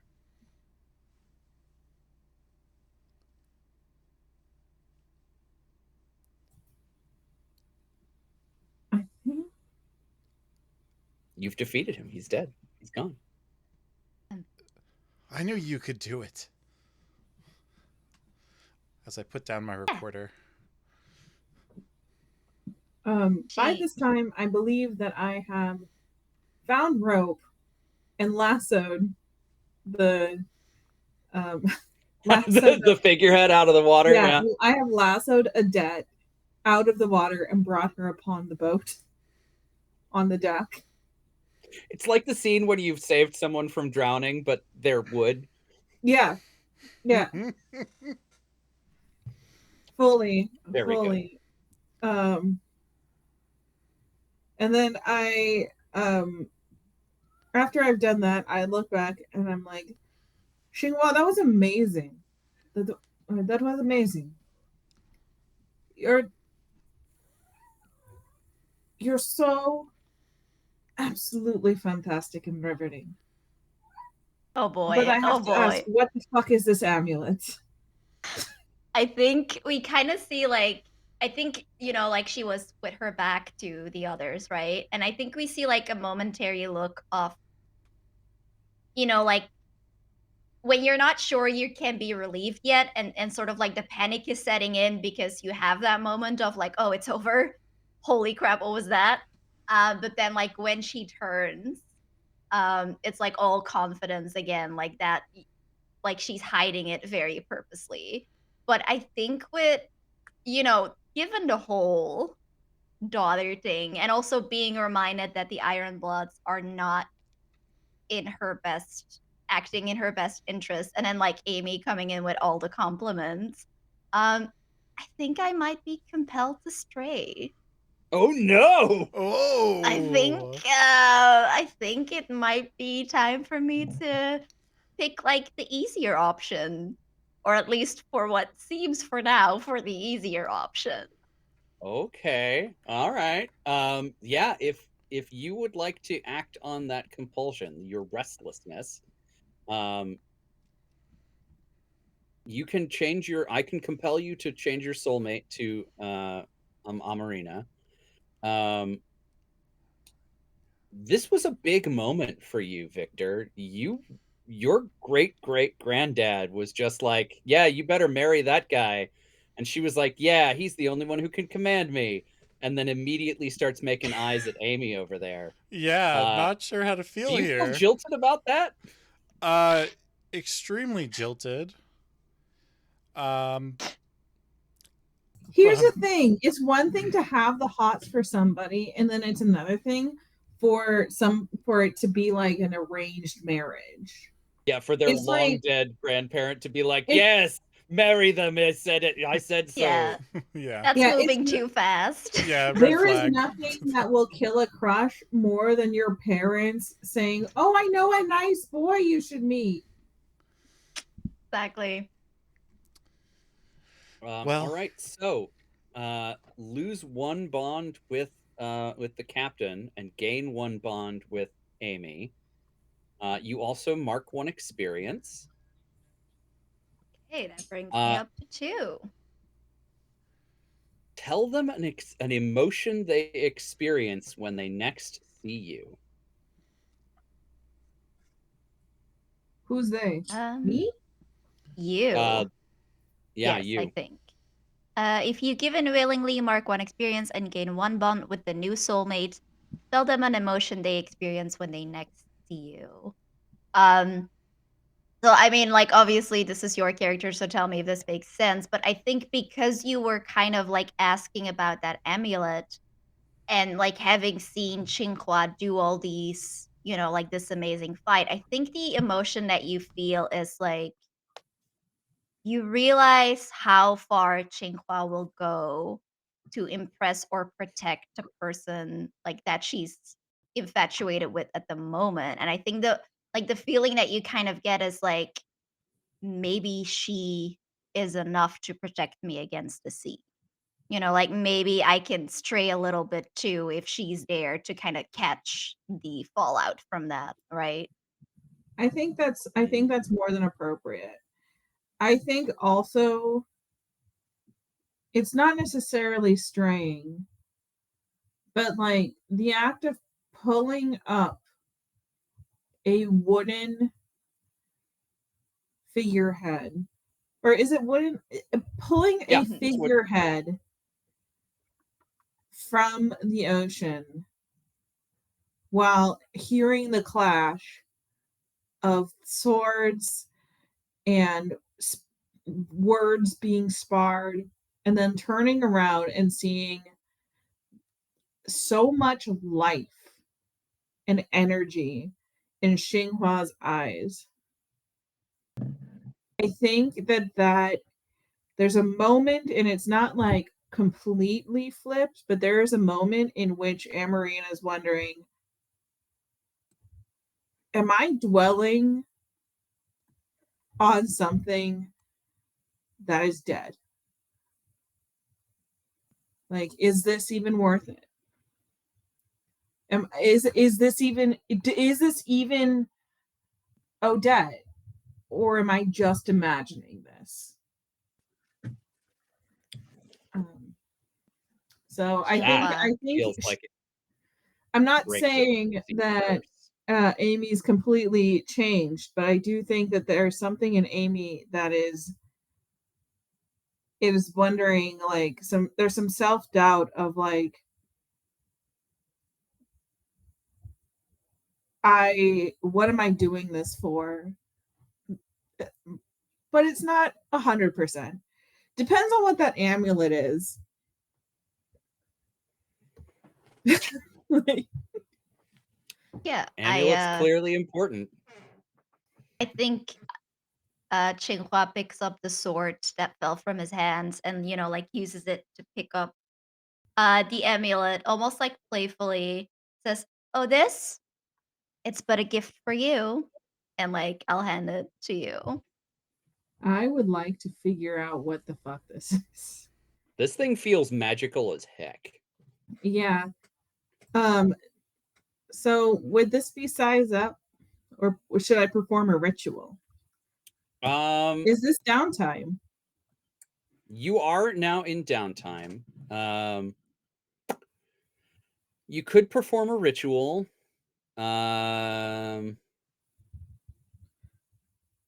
You could get the scoop, which is equal to size up, honestly. They're both vinegar rolls, so you could choose between the two of those.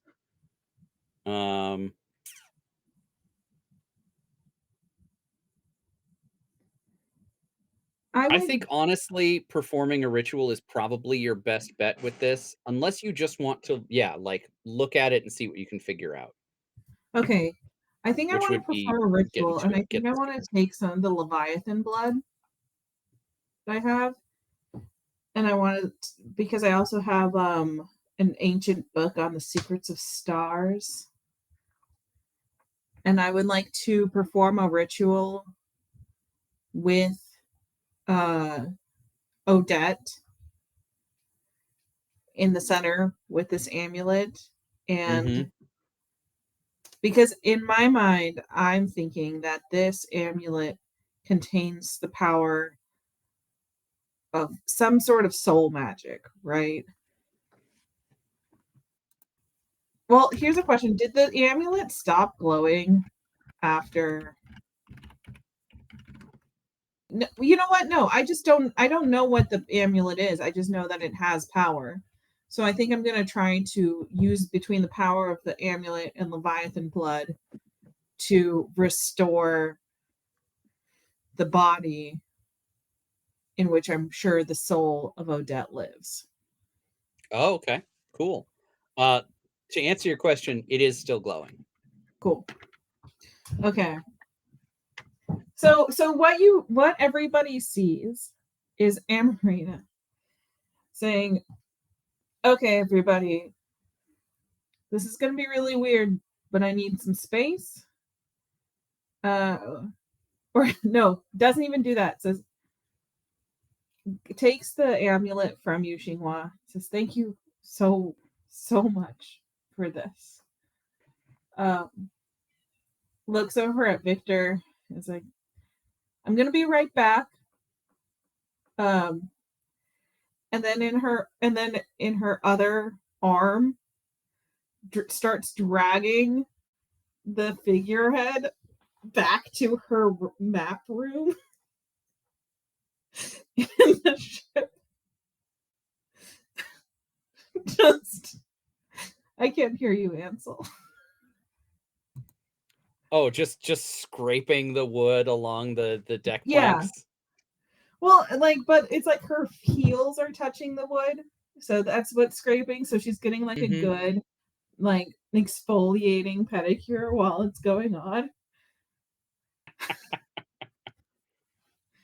um, just like dragging, and then all of my everything, or I pull off the map from the navigating table, and you see um, the figurehead, the amulet, the Leviathan blood, and we're gonna see if this ritual works. If anybody wanted to follow me, I don't think I'm being secretive about this, but I will probably like kind of close the door haphazardly, but not lock it or anything. This is a great question. Do either of you follow this, or are Victor and Xinhua going to take this opportunity to figure out their own drama? Uh, yeah, I think Xinhua would like to talk to the captain, maybe. I think given her like sort of flip flopping infatuation, she's like, Amy can do whatever she wants. It's fine. She wants to drag a statue like into her cabin and do weird things. Like that just makes her even more mysterious. I'm into that. Whatever. I like So someone who's got their own hobbies. I don't know if Exactly. anybody watching before the break heard me say that I now realize like I really loved the movie Mannequin as a kid. And this is a very much scene straight from Mannequin. But yeah, so we like to see what happens when I perform the ritual and whether or not that succeeds or fails first, or Yes, let's continue that. It was more of a question of whether there were other people in the room. Okay. Definitely not following. Whatever Amy wants to do with her beloved, I'm not going to get in the way with. Hold on. I Probably have smart. a little cat that is having a great time with a piece of paper. Okay. So I'm rolling with Spitfire, which is a +1. All right. 6 +1 +1. That is an 8. So it accomplishes its goal.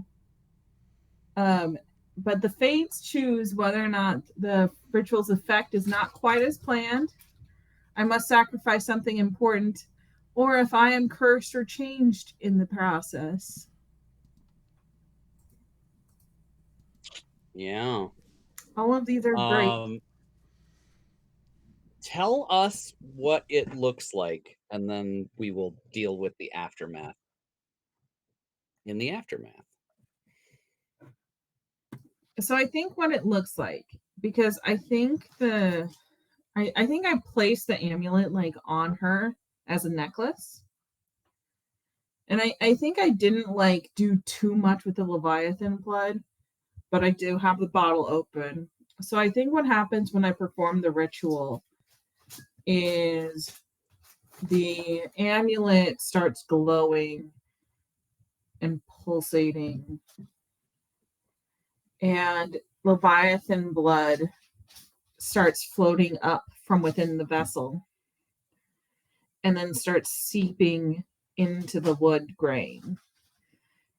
And as it's seeping into the wood grain, the wood starts cracking and it starts peeling like stone, and it comes off to reveal a young woman in her 20s that looks as what the figurehead used to look like, in the similar clothes to the figureheads, but is given flesh.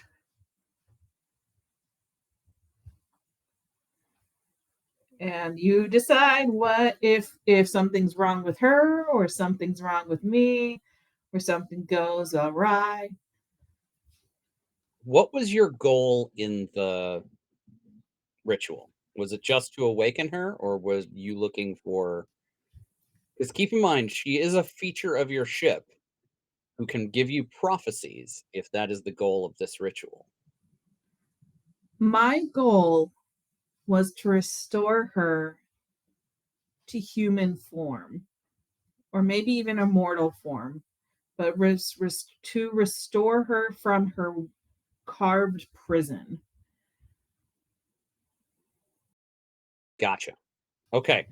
I will say that once she is free, that means that I have broken I have broken my commandment to the sea. Oh yeah, you're hunted for sure. Yeah. So go ahead and mark that down for yourself. I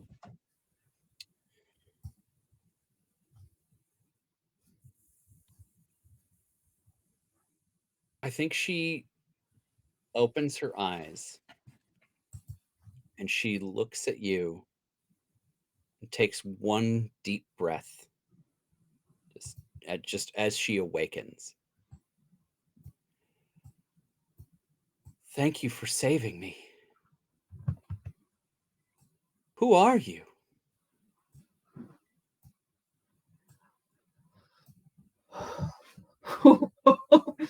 All of the oxygen leaves Amy, and when she said thank you for saving me, you saw like Amy leaned up over the table and was just like about to put her hand on her face, and inches away, hearing "Who are you?" pauses and starts crying. And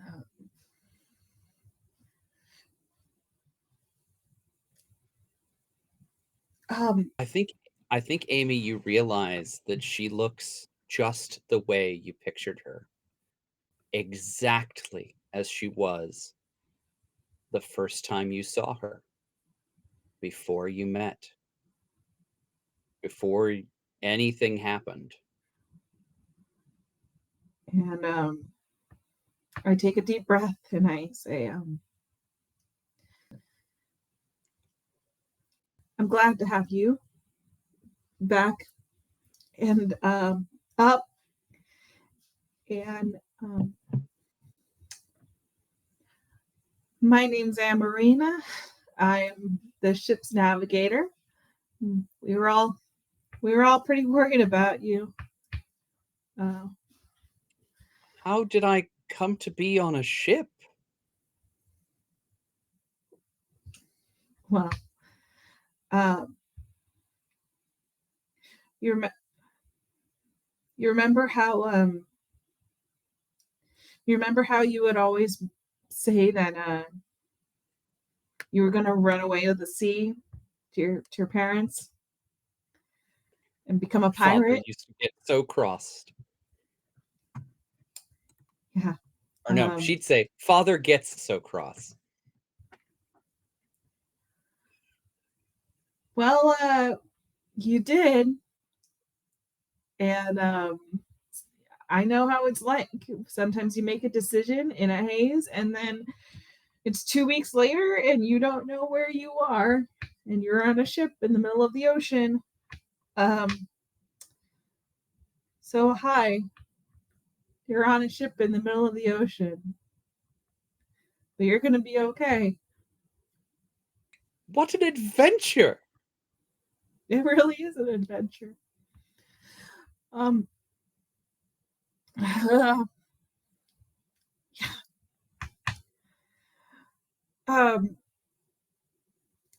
She looks wipes over her at the eyes. amulet. What? So she catches sight of the amulet. Oh, where did you get that? Mm, it's not important. It's yours now, though.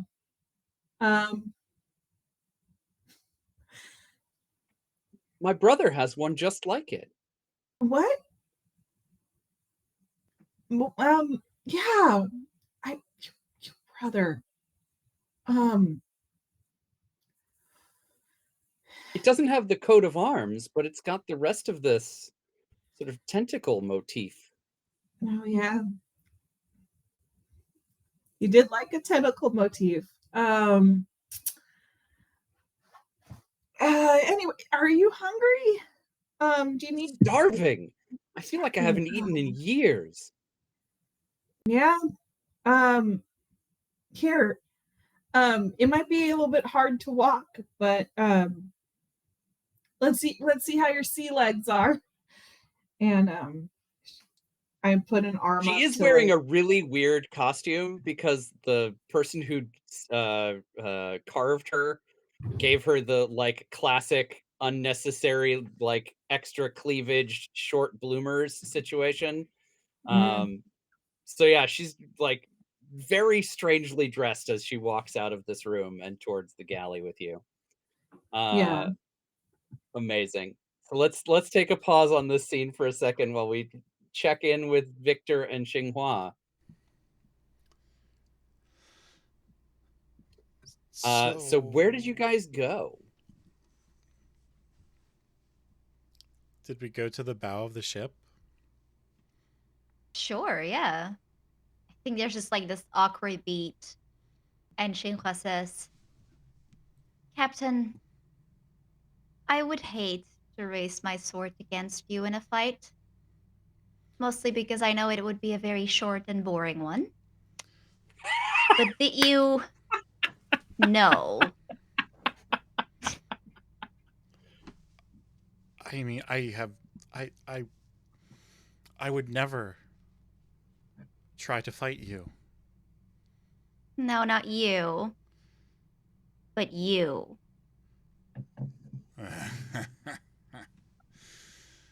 You are cunning. Quite the match. Would you stop? She will be respected. Well, I know. That would be a first. I mean, our coming together on this ship was seemingly random. But I think there's something greater tying us all together here. What do you know about my family that I seem to have never been informed of?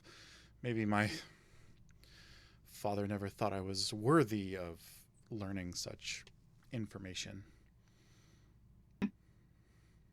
You're more worthy than any of them. And that includes you. Watch your tongue. Shut up! God. Exactly. Love I the never have, Stalin and I'm not sprinkle thing about we've to got start going on. now. How many? She kind of like leans back and they look up at the sky and they say, I don't know. Know only that they want me to unleash something or awaken something old and ancient and something that is probably better left asleep. And I know that whatever they want from me, they don't care if I walk away from it, Well, which is I where they and do. I differ. Thank you. I see, and well, quite frankly, I think that I would also differ in that regard. Uh, no, you listen here. I'm the one talking now, and you need to just hush up.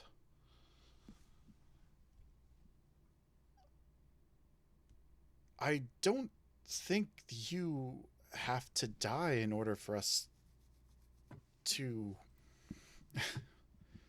find our treasure. I would hope not. I mean, I thought that that was what we had to do. We had to go down into the depths. And I thought finding that amulet and, you know, using this recorder that was with my grandfather's things to open the gate that we would, well, be on our way. But you don't know anything about this task that you're set out to do, other than its vague apocalyptic meanings? Well, it's not so much a task I've been set out to do as it's a task that I've been very much running from. So, no, but I do still have this. And I take out a locket from my kit that was a reminder of a promise. And I think you see that it is very much like the one that I just gave to Amarina and that your great great grandfather was wearing.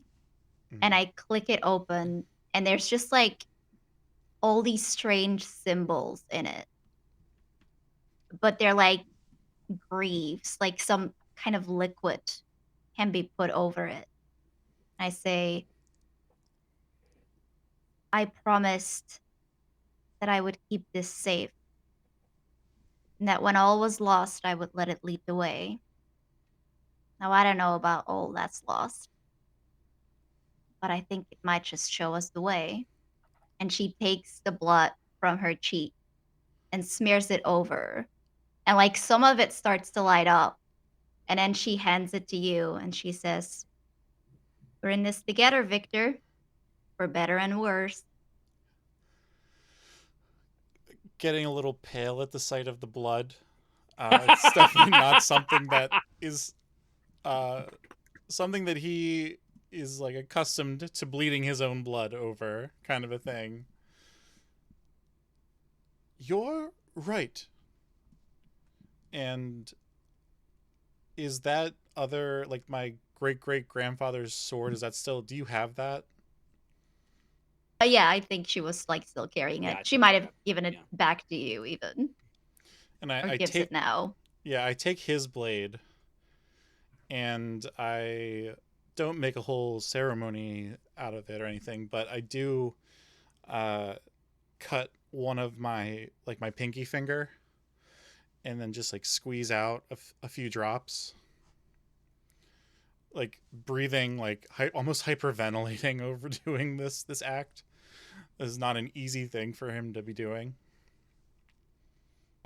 And I think if you're okay with it, GM, I would either also like to do a ritual, and I think it's just like having like these two bloodlines or whatever is going on with us like together. It just like lights up and projects up into the sky like this entirely new map, like a star field for us to navigate by that doesn't Ooh, exist that's in this cool. world. Uh, you're outside. Um, okay. So what I'd love for that to happen there is it projects up this star field against the night sky, and you see the like stars in places where they don't currently sit, and then it falls onto the deck, singeing little star marks onto the deck of the ship at the bow, leaving you with this like uh permanent map. Um, would this be an appropriate time for me, the navigator, to come in with Absolutely. a young woman on my arm? I think that makes perfect sense as the chance to reunite the party. How obvious is your affection for this woman on your arm? uh, I think what you see is like, I think what you can see is, well, here's a question: how good is Odette Celix? Like, is I it think like she's a Odette. yeah I think Odette is taking to the sea like she's lived here all her life. You could say and, she's seasoned. Yeah, yeah some part of her boatness has carried over, and yeah, yeah she's doing fine. I feel like she might even be like running ahead and just like saying hi to all of the crew and like shaking everyone's hand, and she's just kind of like she's beelining everywhere, and you see Marina kind of just like walking patiently behind her, so not touching her, but very much like affectionate caretaking. So you can see that Amarina cares or seems to be very invested in this young woman, but is a little bit reserved, and the young woman is more excited about the rest of the world than her. Interesting. So if I will my also love throw out. interest, go ahead. Oh, I just wanted to throw out that it's incredibly obvious that Odette is absolutely the figurehead brought to life. Like that, there's no question that, like, oh, it's even the same outfit from the carving. Like, this is, you've seen this before. Yeah, it's like any crew member who is old enough, because okay, I'm just gonna go ahead and say things that were said out loud. Is Victor did say, or Victor or Captain Ironblood did say that he had the figurehead like he had that commissioned. So He did, yeah. if it is the crew, then they probably remember at one point what it was painted like. And I would say it's like similar colors to the original paint job is what her coloring is. Yes, so if my love interest, who is currently Amy, ever shows interest in another, I mark restless. Oh, that's right. So I think I'm probably doing that. You know, just given the whole, oh, you went away with the figurehead and now she's here. And like, why would you do that if you weren't interested, right? Yeah. So I think being the petty person that she is sometimes, she smiles very beautifully and very gracefully at this new person. And she goes, why, I don't believe we've had the pleasure to be introduced yet. I am Xinhua, and I like take her hand and like press a very gallant kiss to her knuckles, just staring daggers at Amy.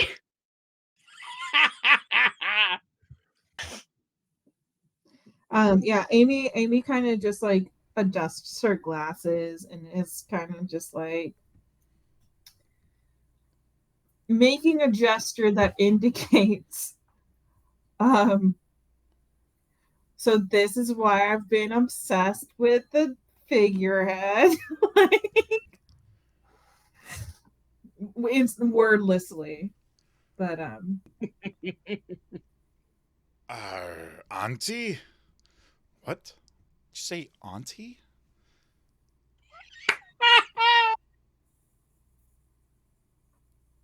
What did you say your name was? Odette? yeah. That's the name of my great great aunt? You don't say. Yeah. A Weird beautiful name for a coincidence. beautiful creature, anyhow. Thank you. This is when we I'm just, find out it's that so nice to be Amarina is out at actually sea. 300 years old. We're like, So, no, I mean, sorry, not 300, but I didn't realize it was such an old-fashioned name. That's so neat. you're obviously not so old. How did this happen? Oh, yeah. she told me that I fell asleep for a couple weeks, and I've been on the boat the whole time, which is wild. Amy, you can't lie to her. What? Hold on. Hey, Odette, just 1 second. And I turn to I think she starts talking to Xinhua. Xinhua about, like, yeah, I was at the park and it was really nice, and just like making small talk with Xinhua. Qinghua is like 100% doing that thing where she's like acting like everything she's saying is so interesting and like so funny and just like still like staring daggers, like very much like, oh my God, you're so funny. So Amberina to Victor, it's like, look. How else am I supposed to explain that not only am I really like 120 years old, but because she's your great great aunt, you put those words, you gave me the timeline. We learned a lot of things in the last 10 seconds.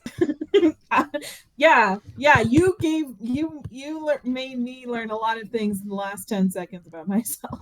Well, I can't imagine that my great great grandfather actually bewitched his sister. No, Clearly, that's she's not just. I don't know, but Victor, I wish I could ask how him. else am I going to explain to somebody that they have been trapped as the figurehead of a vessel for the past 80 years? Are you sure she was trapped? I am sure she was trapped. In fact, she was trapped, and that's how she's alive right now Are you because I sure just restored her. you didn't just give her sentience? I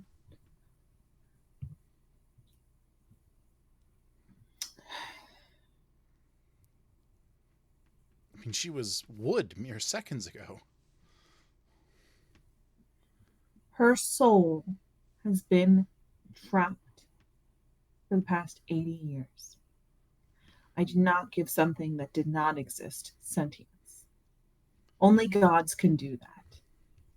But I can, with enough power, like with an amulet and some Leviathan blood, Leviathan I can blood? restore what I can free what was trapped. This certainly is a change of events. It is. I had no idea my grandfather did such things. My father. Shit. I will also say Your father's brother. terrible news. The sea will probably take me soon. But that's okay. Because as long as she's taken care of, that's all that matters. When you say the sea, you realize this the same one that we're sitting on now. Yeah. So Yeah, I just need you to make sure she's okay. So how is she going to be okay if we all are called to the sea?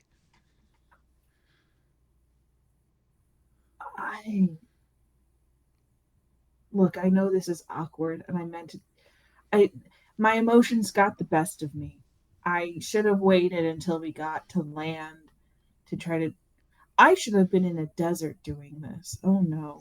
But I was I was walking past the docks and I saw her.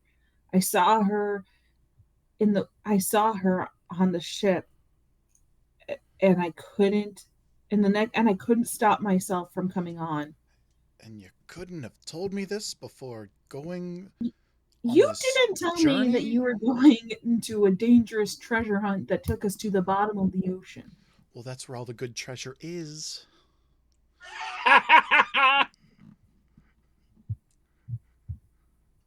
Fair point. Fair point. Anyway, just promise me you'll try to take care of her, or well, apparently she's my own family, so of course I would take care of her. She's well, I mean, I've met some of your family recently and they don't really seem like they'll like that's not a given. Did you want a captain or did you want a gentleman? You really need to control that. You know what? I'm going to ask Xinghua.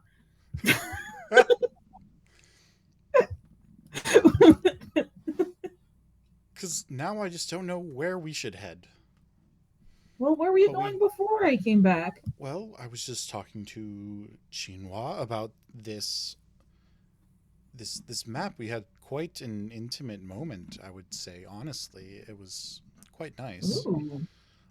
But between the two of us, we have this map burned into the ship. As I like kind of generally gesticulate towards the Gesture ground. broadly at the... Yeah. Well, this seems like a fantastic last adventure for me. And I would like to navigate. I would like to navigate based on the star map that was burned into there. Amazing. Do you want to roll navigate? Yeah. Roll with vinegar? I believe so. Spitfire. Roll with Spitfire. So this is a +1. That is a 6 plus a 2 plus a 1. That is a 9. Hey. Okay. All right. Of course. So you are able to set a heading using this. Can I use luck to make it a 10? What does luck do? Yeah, you could blow a luck to make it a 10. Because and on the topic of luck, I would like you to mark all of your luck. Oh, you've already done it. Great. Never mind. yeah. So I'm just taking or I marked all but the last luck. So I'm going to just remove that last luck. Great. So it's a 10. So it should be like a smooth journey. Mm-hmm.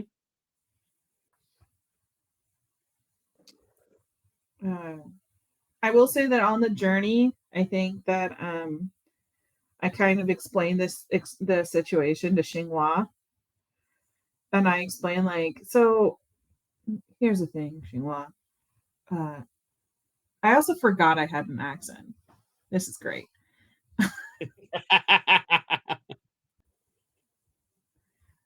Actually, as soon as my real age is revealed, yeah. No, so I, with Xinghua, I just explained I'm much older than I appear, and it's so seeing you in action reminded me of why I fell in love in the first place. And being able to bring Odette back into this world, I have no doubt that you two will conquer the world. Maybe become rivals, maybe become lovers, hopefully become friends. But being around you has been magnanimous. No, I shouldn't have tried that word. Monumental. There you go. But also just question, when you hear me say I'm 124 years old, does that make it more interesting to you or less? Oh, for sure more. I mean, inevitably, when you start drinking and talking, there's what's the oldest you've ever had, right? And saying 120, that's a certain win, and you took that from me. How dare you? Well, I will also say that seeing Odette as in her 20s, and I am now 120, I think my relationship with her has changed.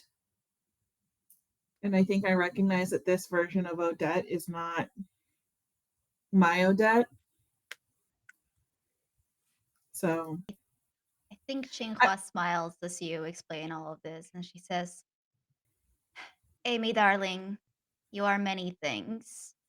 A terrible liar, a fantastic navigator, but you are not cruel. You would not give someone back their heart only to break it. You will make it to the end of this.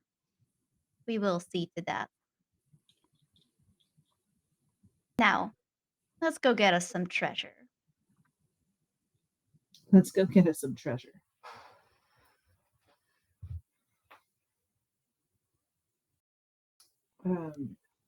Um, Okay.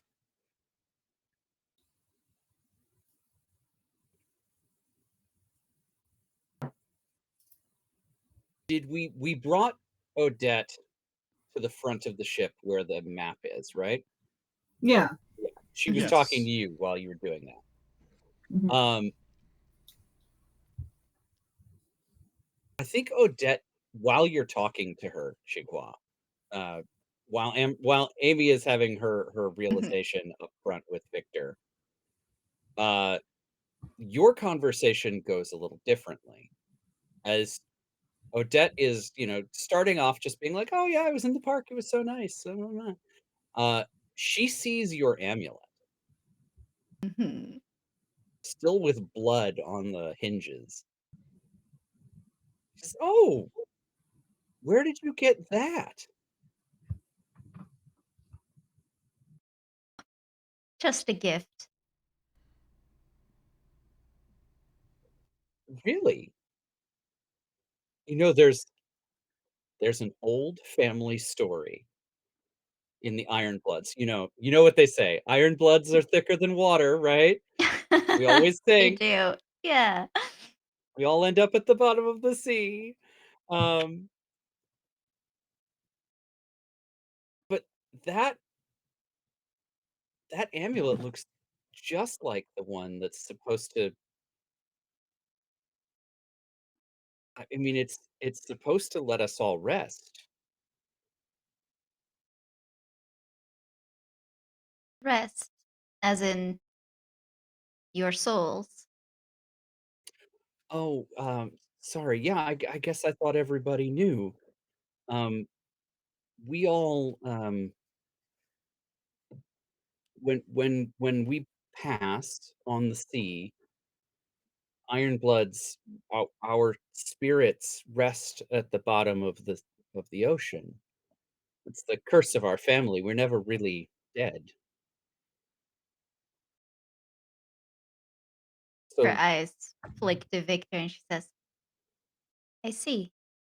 but there's this story that in the future, someone is supposed to come along who can save our bloodline, and that she will be like a daughter, is what it said. And what exactly will happen when you are laid to rest? I Oh, mean, there must be a reason you're not resting now. y- our family is supposed to be the watchers over this dark evil god thing, and when it awakens, when they awaken, and the endless night is upon us, the starless night, then our family's watch is ended, and we can live and die like normal. Well, that's very tragic for you. For me, Well, your family. oh, it's not supposed to happen for like a century or something. No, I mean that will never happen. That you will always keep your watch because that daughter will not come. I suppose. I'm certainly not in my lifetime. Mhm. I do wonder what it will be like to join my family beneath the waves when I go. Father has joked about keeping me from that fate somehow, like somehow freezing me on the land, or or saving me from the depths. But I think he's just being silly. Of course. Such a thing, that would be impossible, and if it happened, certainly, like, you would be here, right? And she Right? kinda, Who would like, use that kind of clutches magic for me? I mean, really, who am I? and who would bring you back to danger if that had happened, right? Oh God, I mean, it. I will say I'm very surprised to have found myself at sea. This is I'm just so nervous right now that I can't stop talking. Were you trying to do something? No, no, hey, hey, that's alright, and I'll, like, still holding the amulet, like, sort of hiding it almost with one hand, but I take her hand with my other hand, uh, like, not looking at Amy, like, not to be petty, but I just, like, gently take it and I look at her and I say, "Look, prophecies are just stories, and there is one ending to them, but there could be others too. That's what stories are, right? We tell them and we tell them again and again and again until we find an ending that we like. So the sea could be just the sea, and every moment that you have is one you should cherish, all right? It's just water, and it's just an amulet." I hope you're right. This is Hey. probably the moment where Amy comes back in then. Mhm. Yeah, I come in and that's when I navigate and that's when I like say, oh, all sails ahead. This is where we go. And then like that's when I rolled the 9, got the Mhm. spent a left to make it a 10 journey. All the time has come together. So the question now, navigator, you have successfully used this map to navigate. Where are you taking us? I think I am so then I think that the map that is being that is navigating isn't too far away. It's like just 1.5 nights. Um, but I think that it goes to a so fun fact earlier you said that seas don't or the ocean doesn't have elevation and that's not true. Sea levels, I found this out, are different depending on which Yes, parts that's of true. the you are. You just don't put it on the map. But you're right. Yeah. There is significant difference in elevation on from the sea. Yes. So I think where we end up going is an uh, an area in which the sea level drops and um, is it the Sargasso Sea that has an entirely different ecosystem? Uh Something like that. Yeah, let's go with that. Okay. So in some in an I it navigates to an area near the Sargasso Sea where all of a sudden the temperature completely changes. What was previously cold gray water is now warm and tropical. And there is uh, almost like a giant arches naturally made, but there's no land apparent near here, just arches that um, are in a curved and possibly maybe 300 years from now there will be land rising with the ocean, but at this time there is not. But it's kind of in a horseshoe shaped um, area. And You think people he live gets there? there and is like, well, here we are. I don't know what's here. It's your map, but we're here.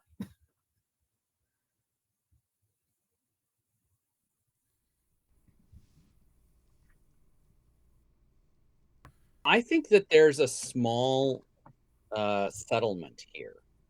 Okay. And the people that live here have sort of very clearly built their homes out of ships. Like they've disassembled the ships that they used to get here to create the buildings of this community. And it's only like 4 or 5 buildings on this little spit of land out in the middle of nowhere. This little horseshoe. And you sail into the horseshoe and you're able to spot people looking out of their windows and sort of perceiving that you've arrived. All of whom, uh, like they don't have the usual like "Yay, people have come" response that you usually get when you show up at a port. There's more of a like resigned nature to the response you're getting. But you are able to tie up the boat at the dock, and I'm gonna say like a shorter, a short but skinny fellow greets you on the pier as you are tying up your lines to the dockhead. Ahoy there! What are we all doing? Oh, hello. Are you the harbor master? Of sorts, of sorts. I assume you're the captain then? That would be correct, Captain Victor here. You can call me Peyton.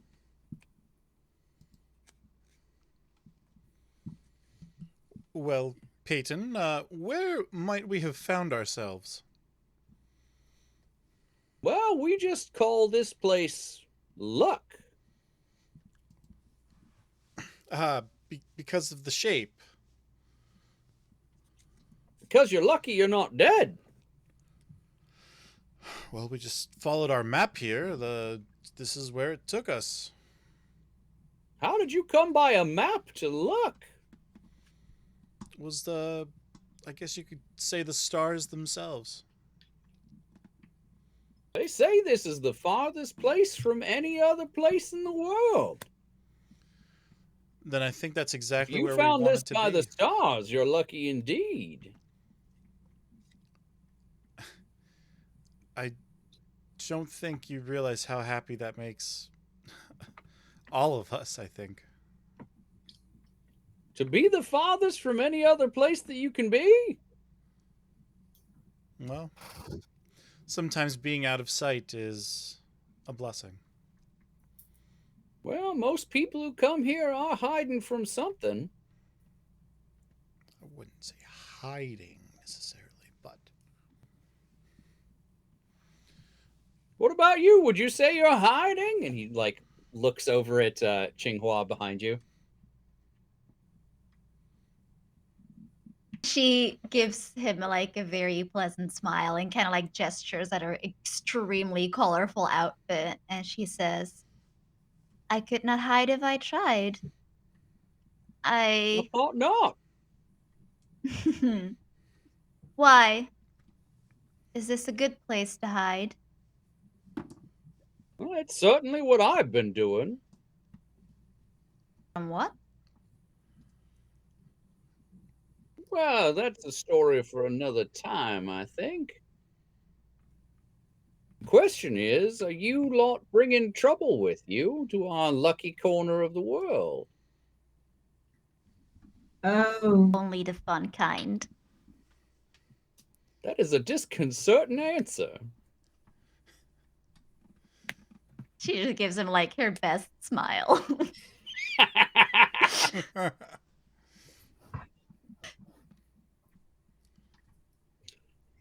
She like he looks to regard you, Amy, like Amy looks at them and is, I would like to I would like to size up this situation. Okay. And figure out like what strange secrets lie beneath the surface. Ooh! I got a 6. I got a 5 plus vinegar, which is +1. So that is a 12, baby. Yeah. Maximum effect. Okay. I would like to know where are the signs of hidden treasure and what strange secrets lie just beneath the surface.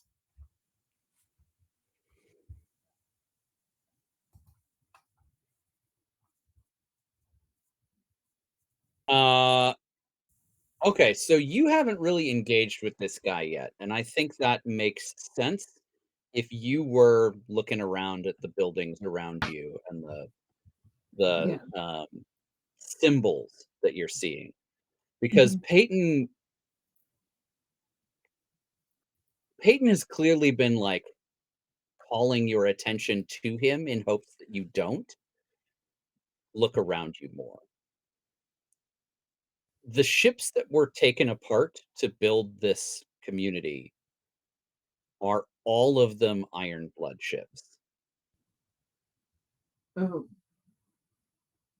And I think you're seeing the symbology of the Order of the Starless Knight just all over the place. Like subtly here and there, on a sign or painted on a fence post or sort of like subtly put into the mosaics of a town square style area.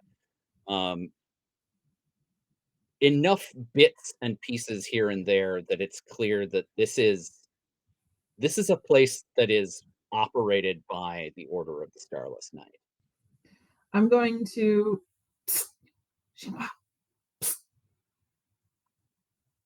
She like leans over. Yes.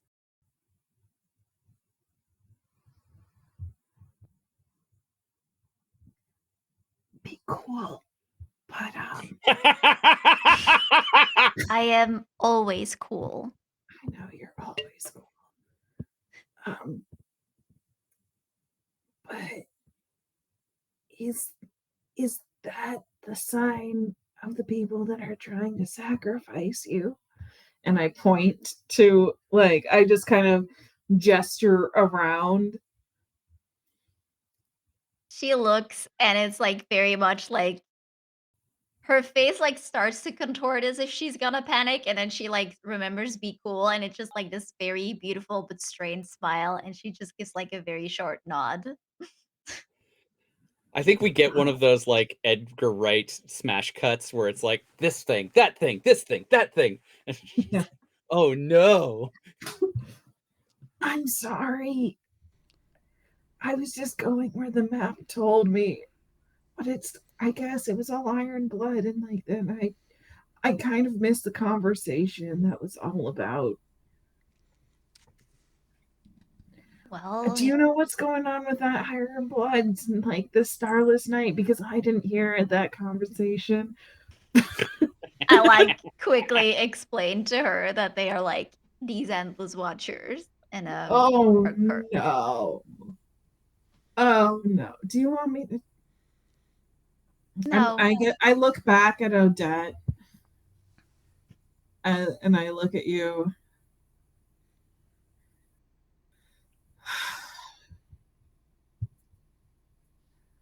Sheila,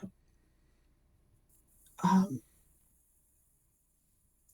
I'm about to do something that might be more stupid than anything you've ever done in your entire life.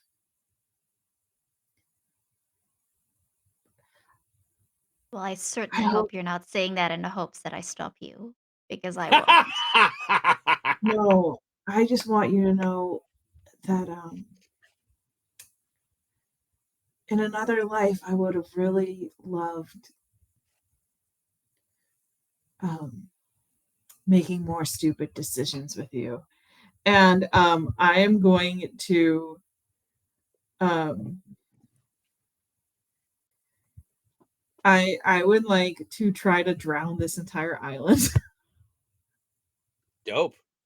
Uh, Before you do, I do want to answer your other question. There are signs of hidden treasure. Um, you spot once you realize what this place is, they created golden obelisks at the two like points where you entered. Um, so like the ends of the horseshoe both have these like not like orderly, nice, shiny obelisks. They're like gold covered rocks in stacks. Um, but that is where where the treasure is, out at the two extremes of this.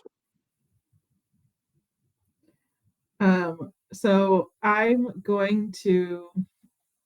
Well, I guess the question is, Victor, do you notice any of this? Yes.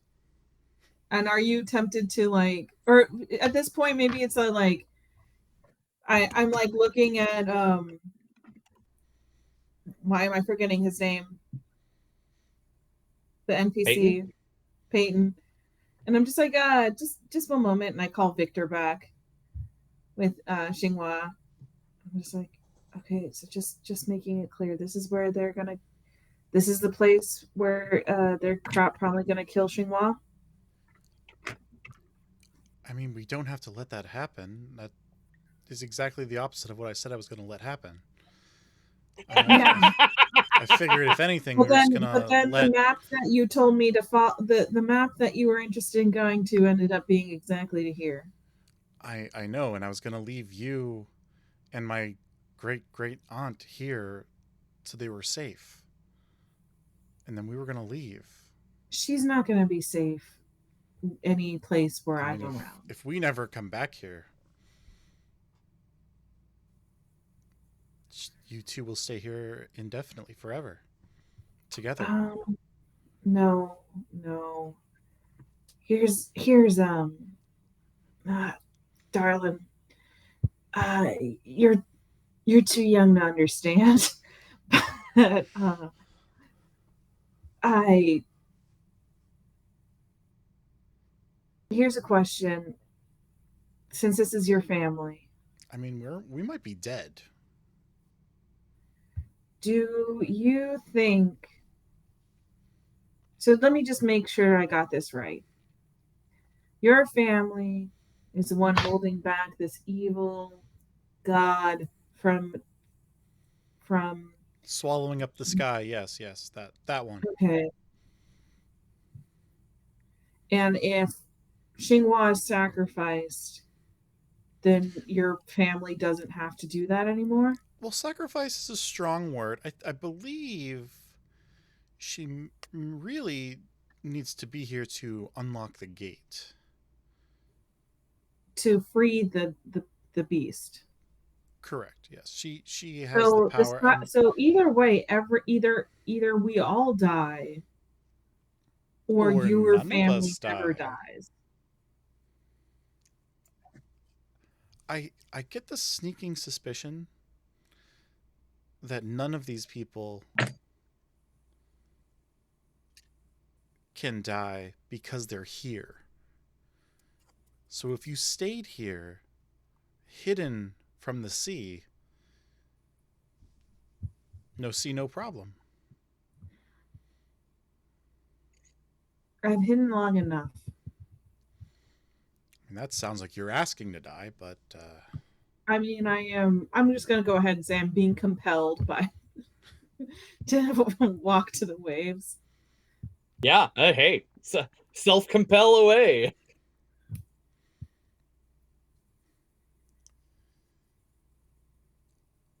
Uh, plus I feel like Xinhua should have a say in this. It's kind of her fate too. she I has. think this whole time Shinhua is kind of looking at the both of you with this soft, fun smile, and she says, "A bunch of right damn fools we are, all debating who gets to sacrifice themselves for the others first." Well, I am the oldest, so I might as well do it. Everybody get on the ship. I was trying to have none of us be sacrificed, but Yeah. I think I like No. Victor's plan better, Amy. I'm going to okay, here's what I would like to do. I would like to first I'm gonna call Odette over, and I am going to tell Odette, my darling. Weird thing to say to someone you just met.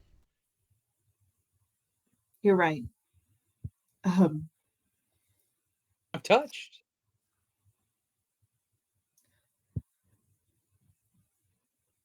Live every day as if it's your fullest, even though I know you're going to anyway. And then I'm going to kiss her on her forehead and then point her towards the ship. To Victor, Okay. I'm going to hold him, and I'm We going just to got here. say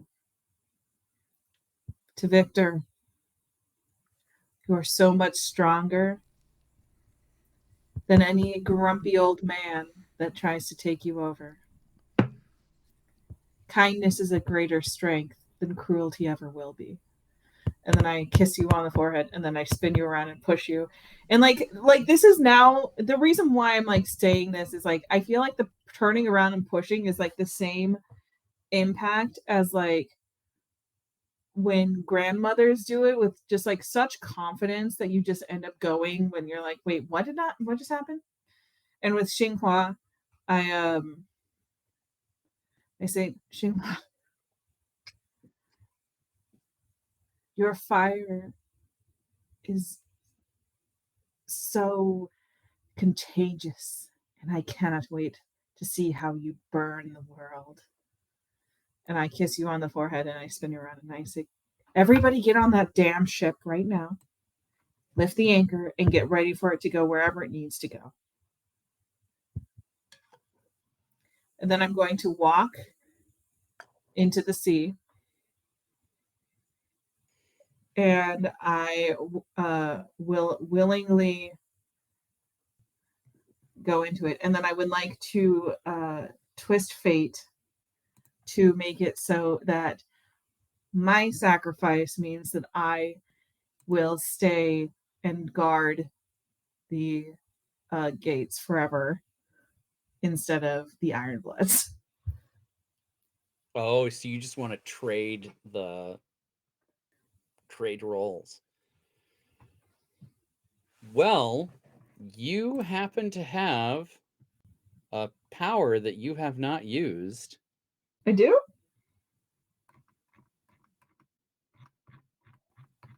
I believe so. I thought I only get to choose one. If it helps, I can do When something you spend incredibly one luck risky. Oh, go Oh, ahead. go ahead. Sorry. When you twist fate, you act as though you rolled a 10. Yeah. So you always succeed at this if you spend 2 luck. I will spend 2 luck, and I will twist fate and walk into the bottom of the ocean and stand guard at the bottom. Okay. And I would, So but for fun, I would also like to have the ocean wash all of the obelisks and make it sink further underneath the ocean with all of the Ironbloods. interesting. Okay, so here's what I'm gonna say happens to start with, and then we'll come back to Victor and Xinhua, who should get a chance to act on this as well. But Yeah, I'm sorry. I didn't mean to be like, but it's just no, like you're good. I see an ending. This is the choice you're making. It's not necessarily the one everybody's going to let you make 100%, but it's the choice you're making, and that's good good playing. You are giving in to the sea's call and walking into the waves, where the sea's servants rise and attempt to claim you. You are giving in willingly. and you are twisting fate. So I think that the sea's servants come to meet you at the place where the water meets the edge of this spit of land. And the creatures that come to meet you are not like pretty mermaids, but scary mermaids. The kinds that have like lots of extra fins and big scary eyes for seeing in the dark and lots of teeth that you probably weren't expecting. But these like scary mermaids come to the edge of the water and they sort of nose up to meet you at the sort of junction point where the two places meet. And one of them looks at you in the eye and demands, "Do you seek to wake the sleeper or keep his slumber endless?" Just making sure. Out of character. The Mhm. sleeper will eat the freaking sky, right? That is what they've been saying.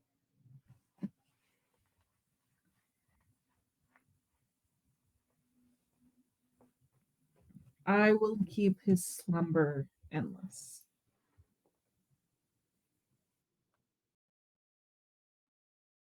One of them reaches into her own hair and pulls a pearl from somewhere deep inside her hairline.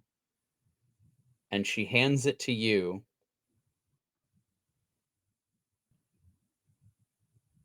"When you are ready, swallow this, and we will swallow your troubles." I look back at the ship with everybody on it. Um, So this gives everybody else a moment to respond. We know where you're headed. So Mhm. we've narrated already where you're headed. Victor and Xinhua, what are you up to while she is talking to spooky mermaids and considering whether or not to eat a pearl?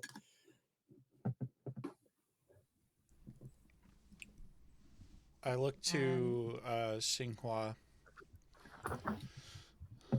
You know, if the Iron Bloods are truly freed, then you really have no fear of my family coming after you again in any form. And I think my grandfather has mentioned a couple other treasures we could go after. that is true. But I'm tired of people sacrificing themselves for me. I Yeah, can't let her do this. And as you said, I don't particularly feel like sacrificing myself either. So, how about we sacrifice a god? And I take off my amulet and I would like to um, r- trigger my big damn hero move. When you try something insanely risky to save everyone, and I will leave up to Amy if you want to be included in everyone or not, because I don't want to, like take the heroic sacrifice from you if that's where you wanted this to end. yeah, But we'll see. I call out my soulmate's name and roll with blood. And I think what her ideas here, if there is no god to guard against, if I pierce the heart of this god, if I end this cycle, then there doesn't need to be a watcher. Then it is over and there is no more prophecy. And I take this amulet from me and I take my starlight sword and I like dangle it and I say, I have never played by anyone's rules but my own. I'm not about to change that now. And I pierce the sword right through the amulet, and it shatters in this pulsing starlight, in this wave of power as everything shakes around us. And we'll see whether that was good or so much worse.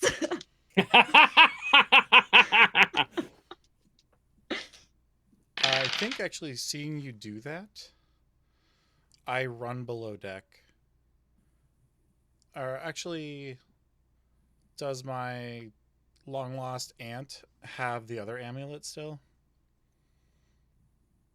The other amulet. Oh, the one from the dead grandpa? Yeah. Yeah, Odette's probably got that. Odette, give me that amulet. She'd have your granddad's sword too, right? Or no, I Xinghua's got have your that granddad's sword. actually. Oh, you've got the star sword? Yeah. I have like a genuine question. Well, no, I'll ask it after. Great.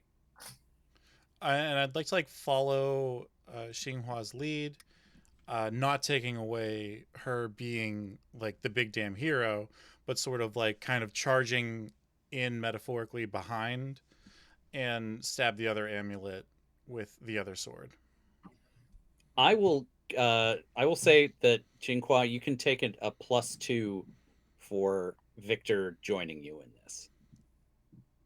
I have a question.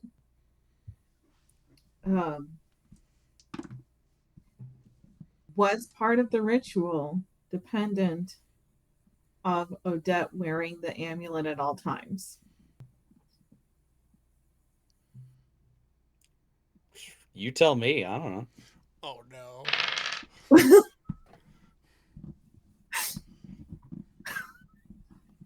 I think you have to make this decision. I thought, like, that's why I told her to keep it on her. We'll find out. We'll find out.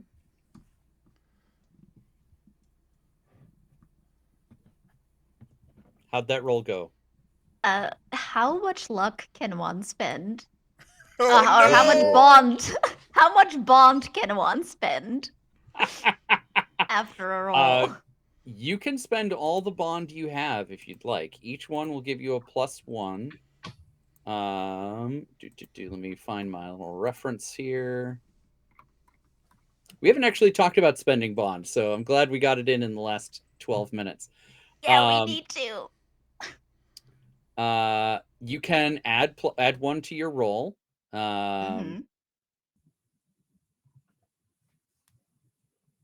So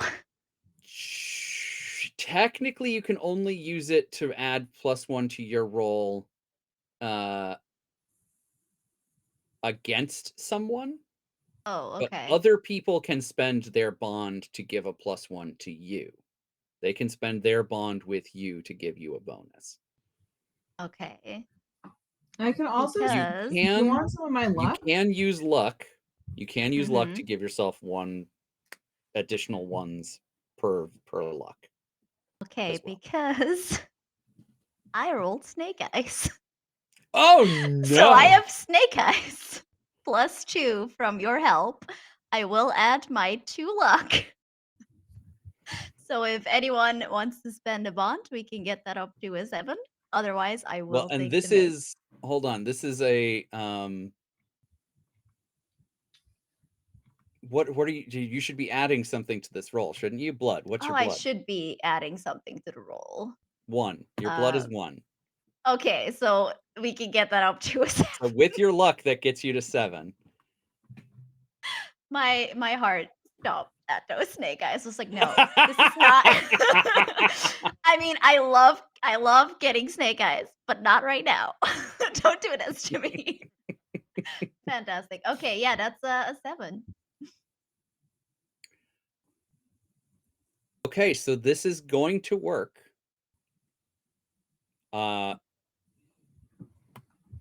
I think as we are coming to a close here, the question that I have for all of you is, narratively speaking, you have all set up a lot of stakes here. we've got two potential solutions for the god problem, right? Either Qinghua, through this act of heroism, completely and totally destroys any chance of the waking of the sleeper, allowing the Iron Bloods to rest, and therefore their gold at the center of the ocean to be up for grabs. Just throwing that out there. That was the treasure. And we have Amy offering to take over their station, their watch at the bottom of the sea. What do we think is the most satisfying conclusion we can come to for this crew of people?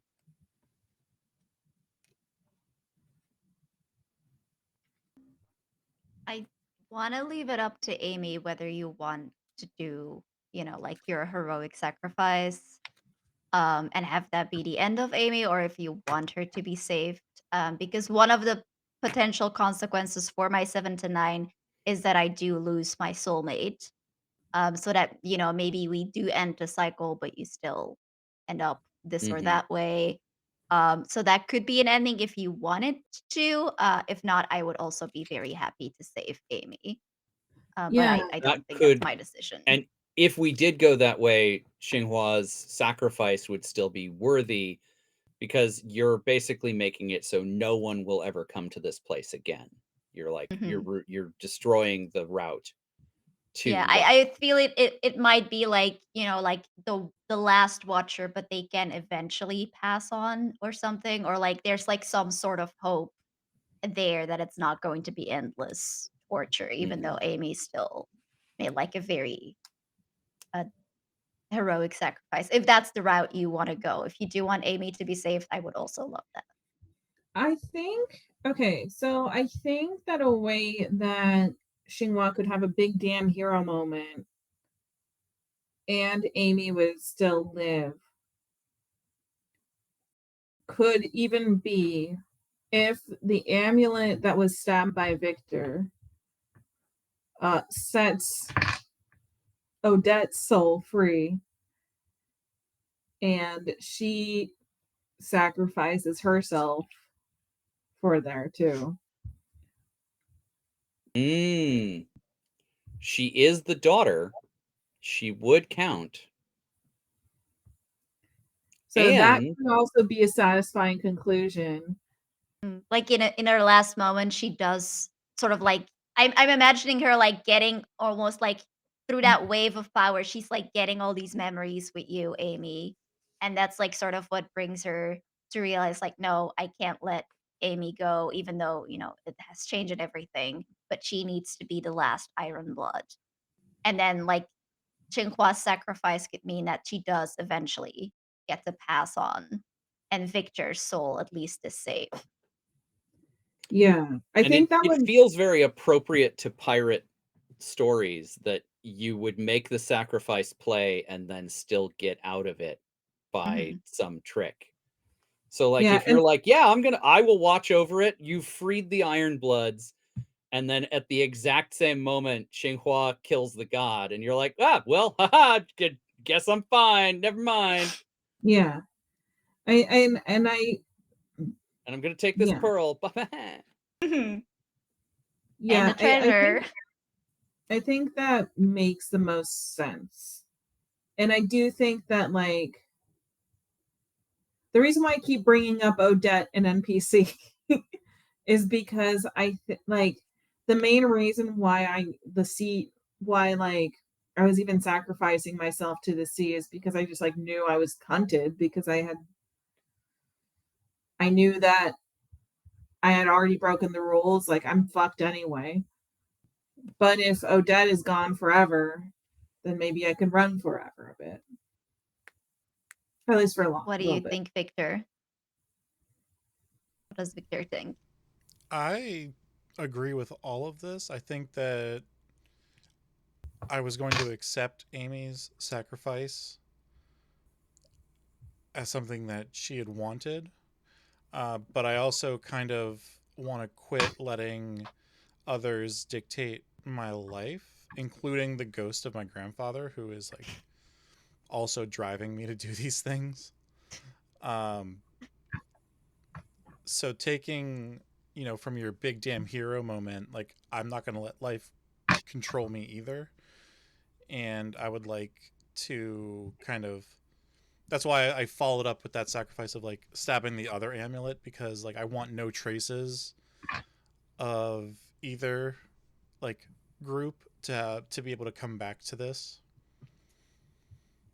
Like as you stab the god, I also like destroy the bond that kept us all living on luck for the rest of time as guardians.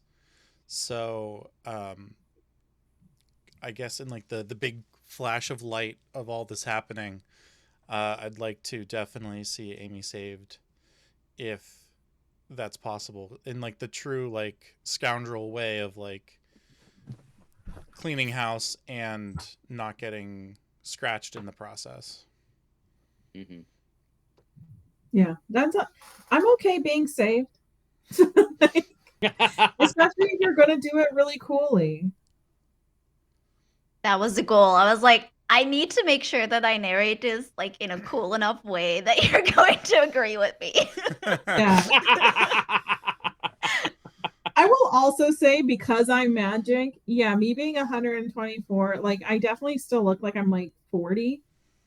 Like just You don't look a day over 100, darling. no. I did not come into this being yeah.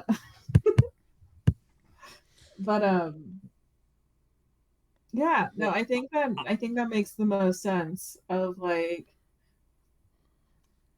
um yeah, Xinhua kills the god. Victor frees his family from the magic within the pendants, all of them. Um I get to and I Odette's not on this plane of existence anymore and is able to actually rest. So I guess I can start living my life now. Finally, after a while. What, 100 years? Yeah. I figured 80 years was when. That makes sense. Yeah. You And had a I good still 20 keep, but years I still together. keep the pearl. And Oh yeah, you in the never words know. of You want to Mitski, be a mermaid later. yeah, in the words of Mitski, there's a pet pearl in my head and I roll it around every night.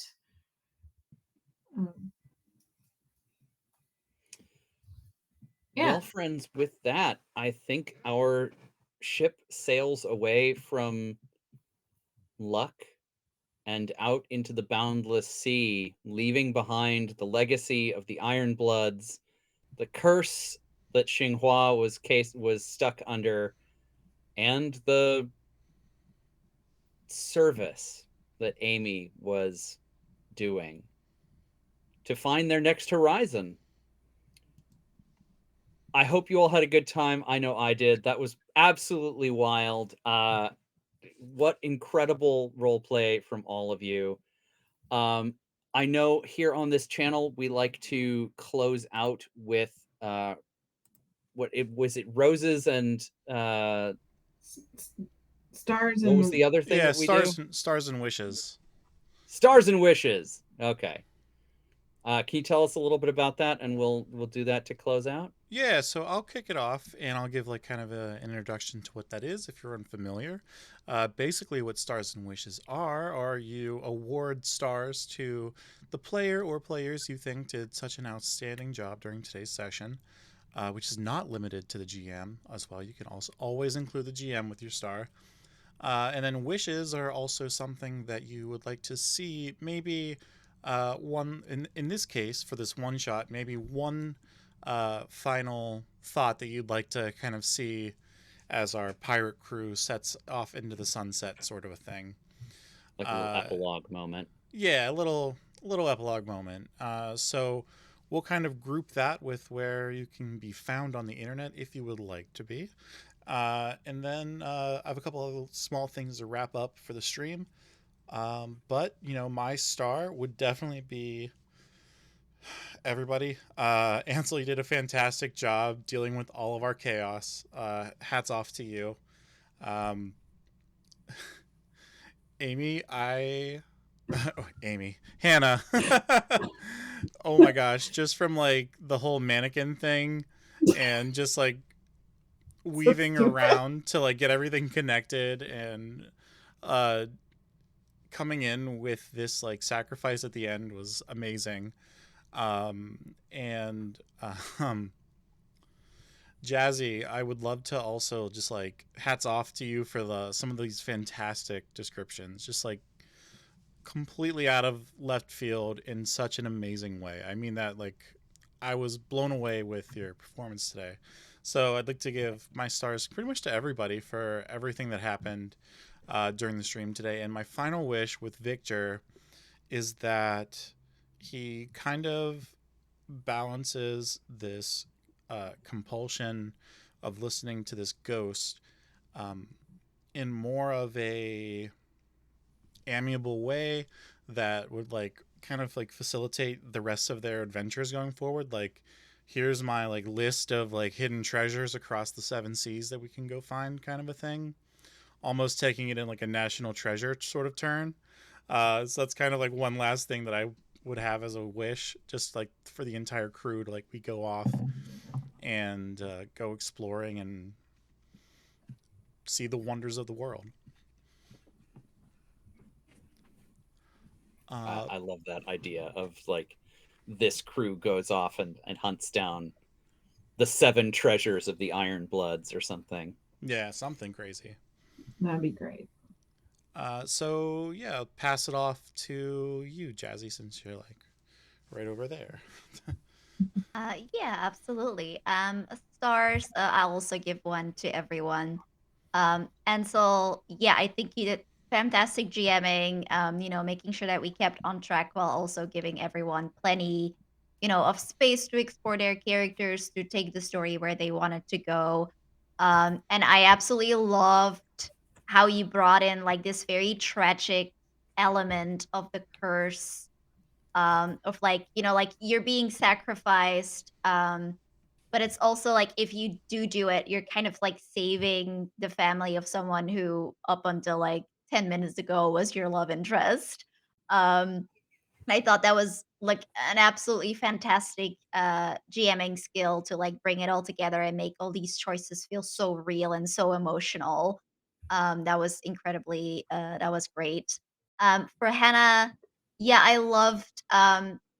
really loved sort of like the arc that you played. I loved how like singularly obsessed Amy started with, like just she was like completely doing her own thing, and like everything that was happening was like that's fine, but I need to figure this problem out. And then as soon as she did and it didn't work out, like the way you sort of like handled that arc, I thought that was very interesting. Like it was very much a movie arc. I thought you did really really great for that. Thank Um you. As soon as I got what I wanted, I didn't want it anymore. Yeah, but that's like such a movie thing to like get the thing, or like such a tragic story thing to like get the thing and then be like, wait, damn it, this didn't magically cure all my sads. Ah Yeah. well, I guess I walk into the ocean. That was a big mood, very relatable. Um, I also love that that's exactly what I was planning. That was what I was originally going to do with the big damn hero move. I was like, "Oh, she's totally gonna be like, that's enough. I need to sacrifice myself, but like become the watcher." And I was like, it was so cool to see you like get there before me, and then like get to sort of because of that make this new ending that's like just so fantastic. And for for Victor, I loved how you kind of played up these two voices, both for like the silliness and the fun of it, and then just like the drama of like having these two forces inside of you. I think you did absolutely fantastic, especially given, the circumstances that someone else created this character sort of for you in a sense, and then you just took them and went with it, and it was absolutely amazing.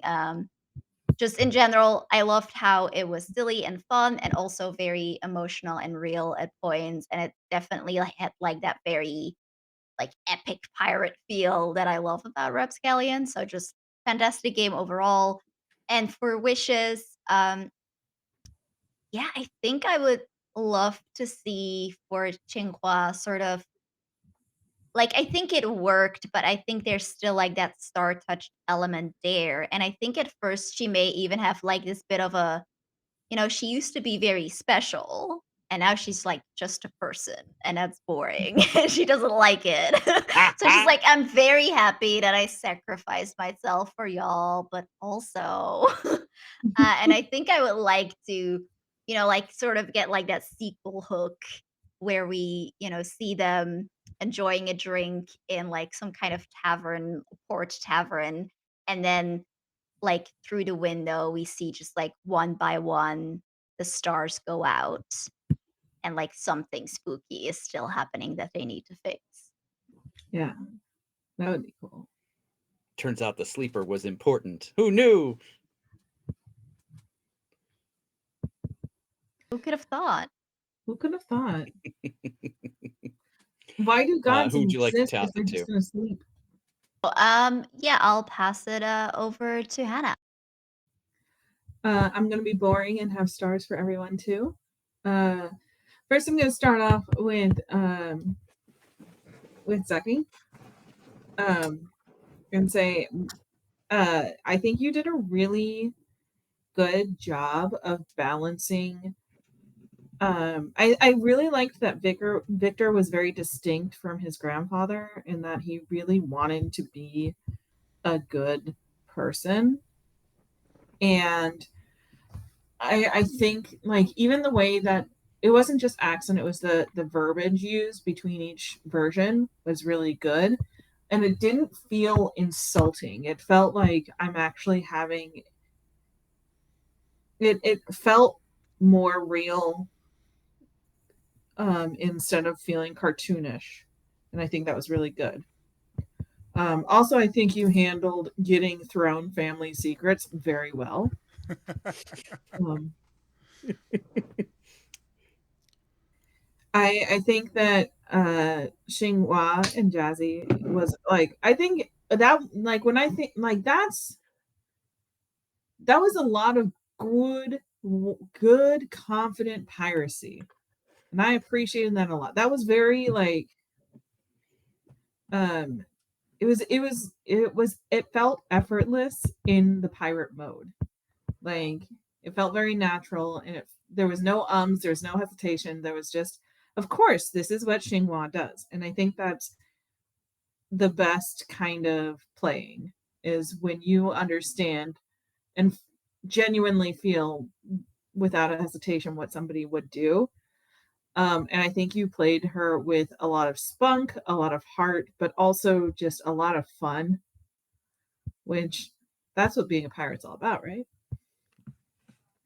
And then Ansel, you were really great with, I mean, one, I love you. But Oh, I think the descriptions were really well done. I thought you did a really excellent job of taking random things that were thrown at you and weaving them into a full cohesive story. And I think you did a really great job of making sure that every player felt important and everybody's individual story had meaning to it. Like we all play as main characters because we are playing ourselves, and making sure that it is an ensemble can be hard, especially if everybody's excited. um, for wishes, yeah, I think that next time I play, I might try to. I wish that I figured out a simpler version of my whole deal, but I did like playing. hey, messy and complicated worked for you. I did like the mannequin of it all. I think I would like if I had a wish. I think I would love to see the next adventure, but it would be Xinghua as captain and Victor as like co-captain, because I feel like that would be just like I feel like that's where it was headed in anyway, because like you already won the heart of the crew and like formed a bond with them underwater. And I want to see, it would be interesting to see Victor when he is not in a position where he's assumed to be the most powerful one, whether or not that would have him rise in his leadership skills. And then yeah, like I think this was super fun. I don't have any socials, and I'm gonna pass it to you, Ansel. Wow. I definitely also want to keep the star train a rolling. I think you all did an amazing job building your own stories as we went. It was incredible to see you all throwing in little details that gave me something to build off of. You know, the choice to play hot cross buns on a recorder as your method of traveling to the undersea depths is not something I could have predicted.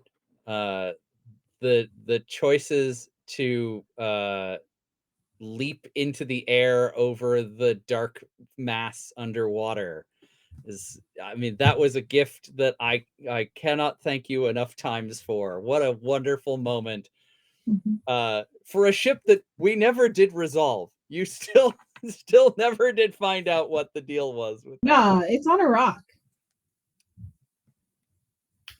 And the choice to love the figurehead by itself was something I loved so much. But then the choice between like, oh, maybe this isn't the person I think, or oh, there's something I didn't anticipate, and oh, I guess I'm 120 years old. You immediately went to, oh, I guess I'm 120 years old. Well, perfect. You all took the big swings every time, and I think that is a rare commodity in an entire group, let alone 3 people who are coming together for the first time. So huge kudos, huge stars to everybody for that. Really impressed. As for my wishes, I too think that this crew has a lot of adventures ahead of them. You know, we never did deal with the crew of that other ship and why they were also looking for the treasure at the bottom of the ocean. There's the treasure at the bottom of the ocean still to be gathered. There's all the information from what we learned about Victor's family, and I think there's a lot of backstory still to be discovered about characters like Jinhua and the 120-year-old Amarina.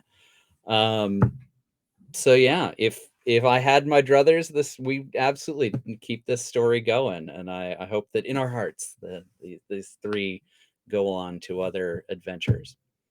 If you're looking for me online, you can find me at The Indecisionist on all the meta properties and Blue Sky and Hive. If anybody's using Hive, I'm not, but I'm there. You can find me there. Nothing's happening. And most importantly, you can check out my monthly online gaming event, TTRPG Pickup Con. Oh, it won't let me post links in the chat. So instead, I will just tell you, go to ttrpgpickupcon.com. It happens every month. This month being a bad example because we do the first weekend in December as the combined November-December dates. So This upcoming con will be the 1st through the 3rd of December for TTRPG Pickup Con. Again, it's free, it's entirely online, and we have games from many, many, many different systems show up. And if you are a game runner, we are accepting submissions for games currently. Signups will open next week, golly, on the 18th. So, yeah, that's my plug. Awesome. Thank you so much. And thank everybody that was a part of this production today.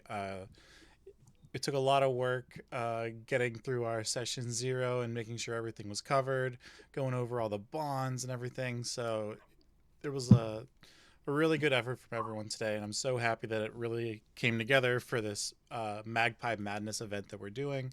Speaking of such things, I do have an announcement to kind of run through. We have our, and if Omar was here, he'd be able to show you the physical book. It's the Avatar core rule book. And from the week of streams that we've had, I would like to congratulate Felsoon, or Felsune, however you say your handle here on Twitch. Congratulations, you have won yourself a copy of Avatar.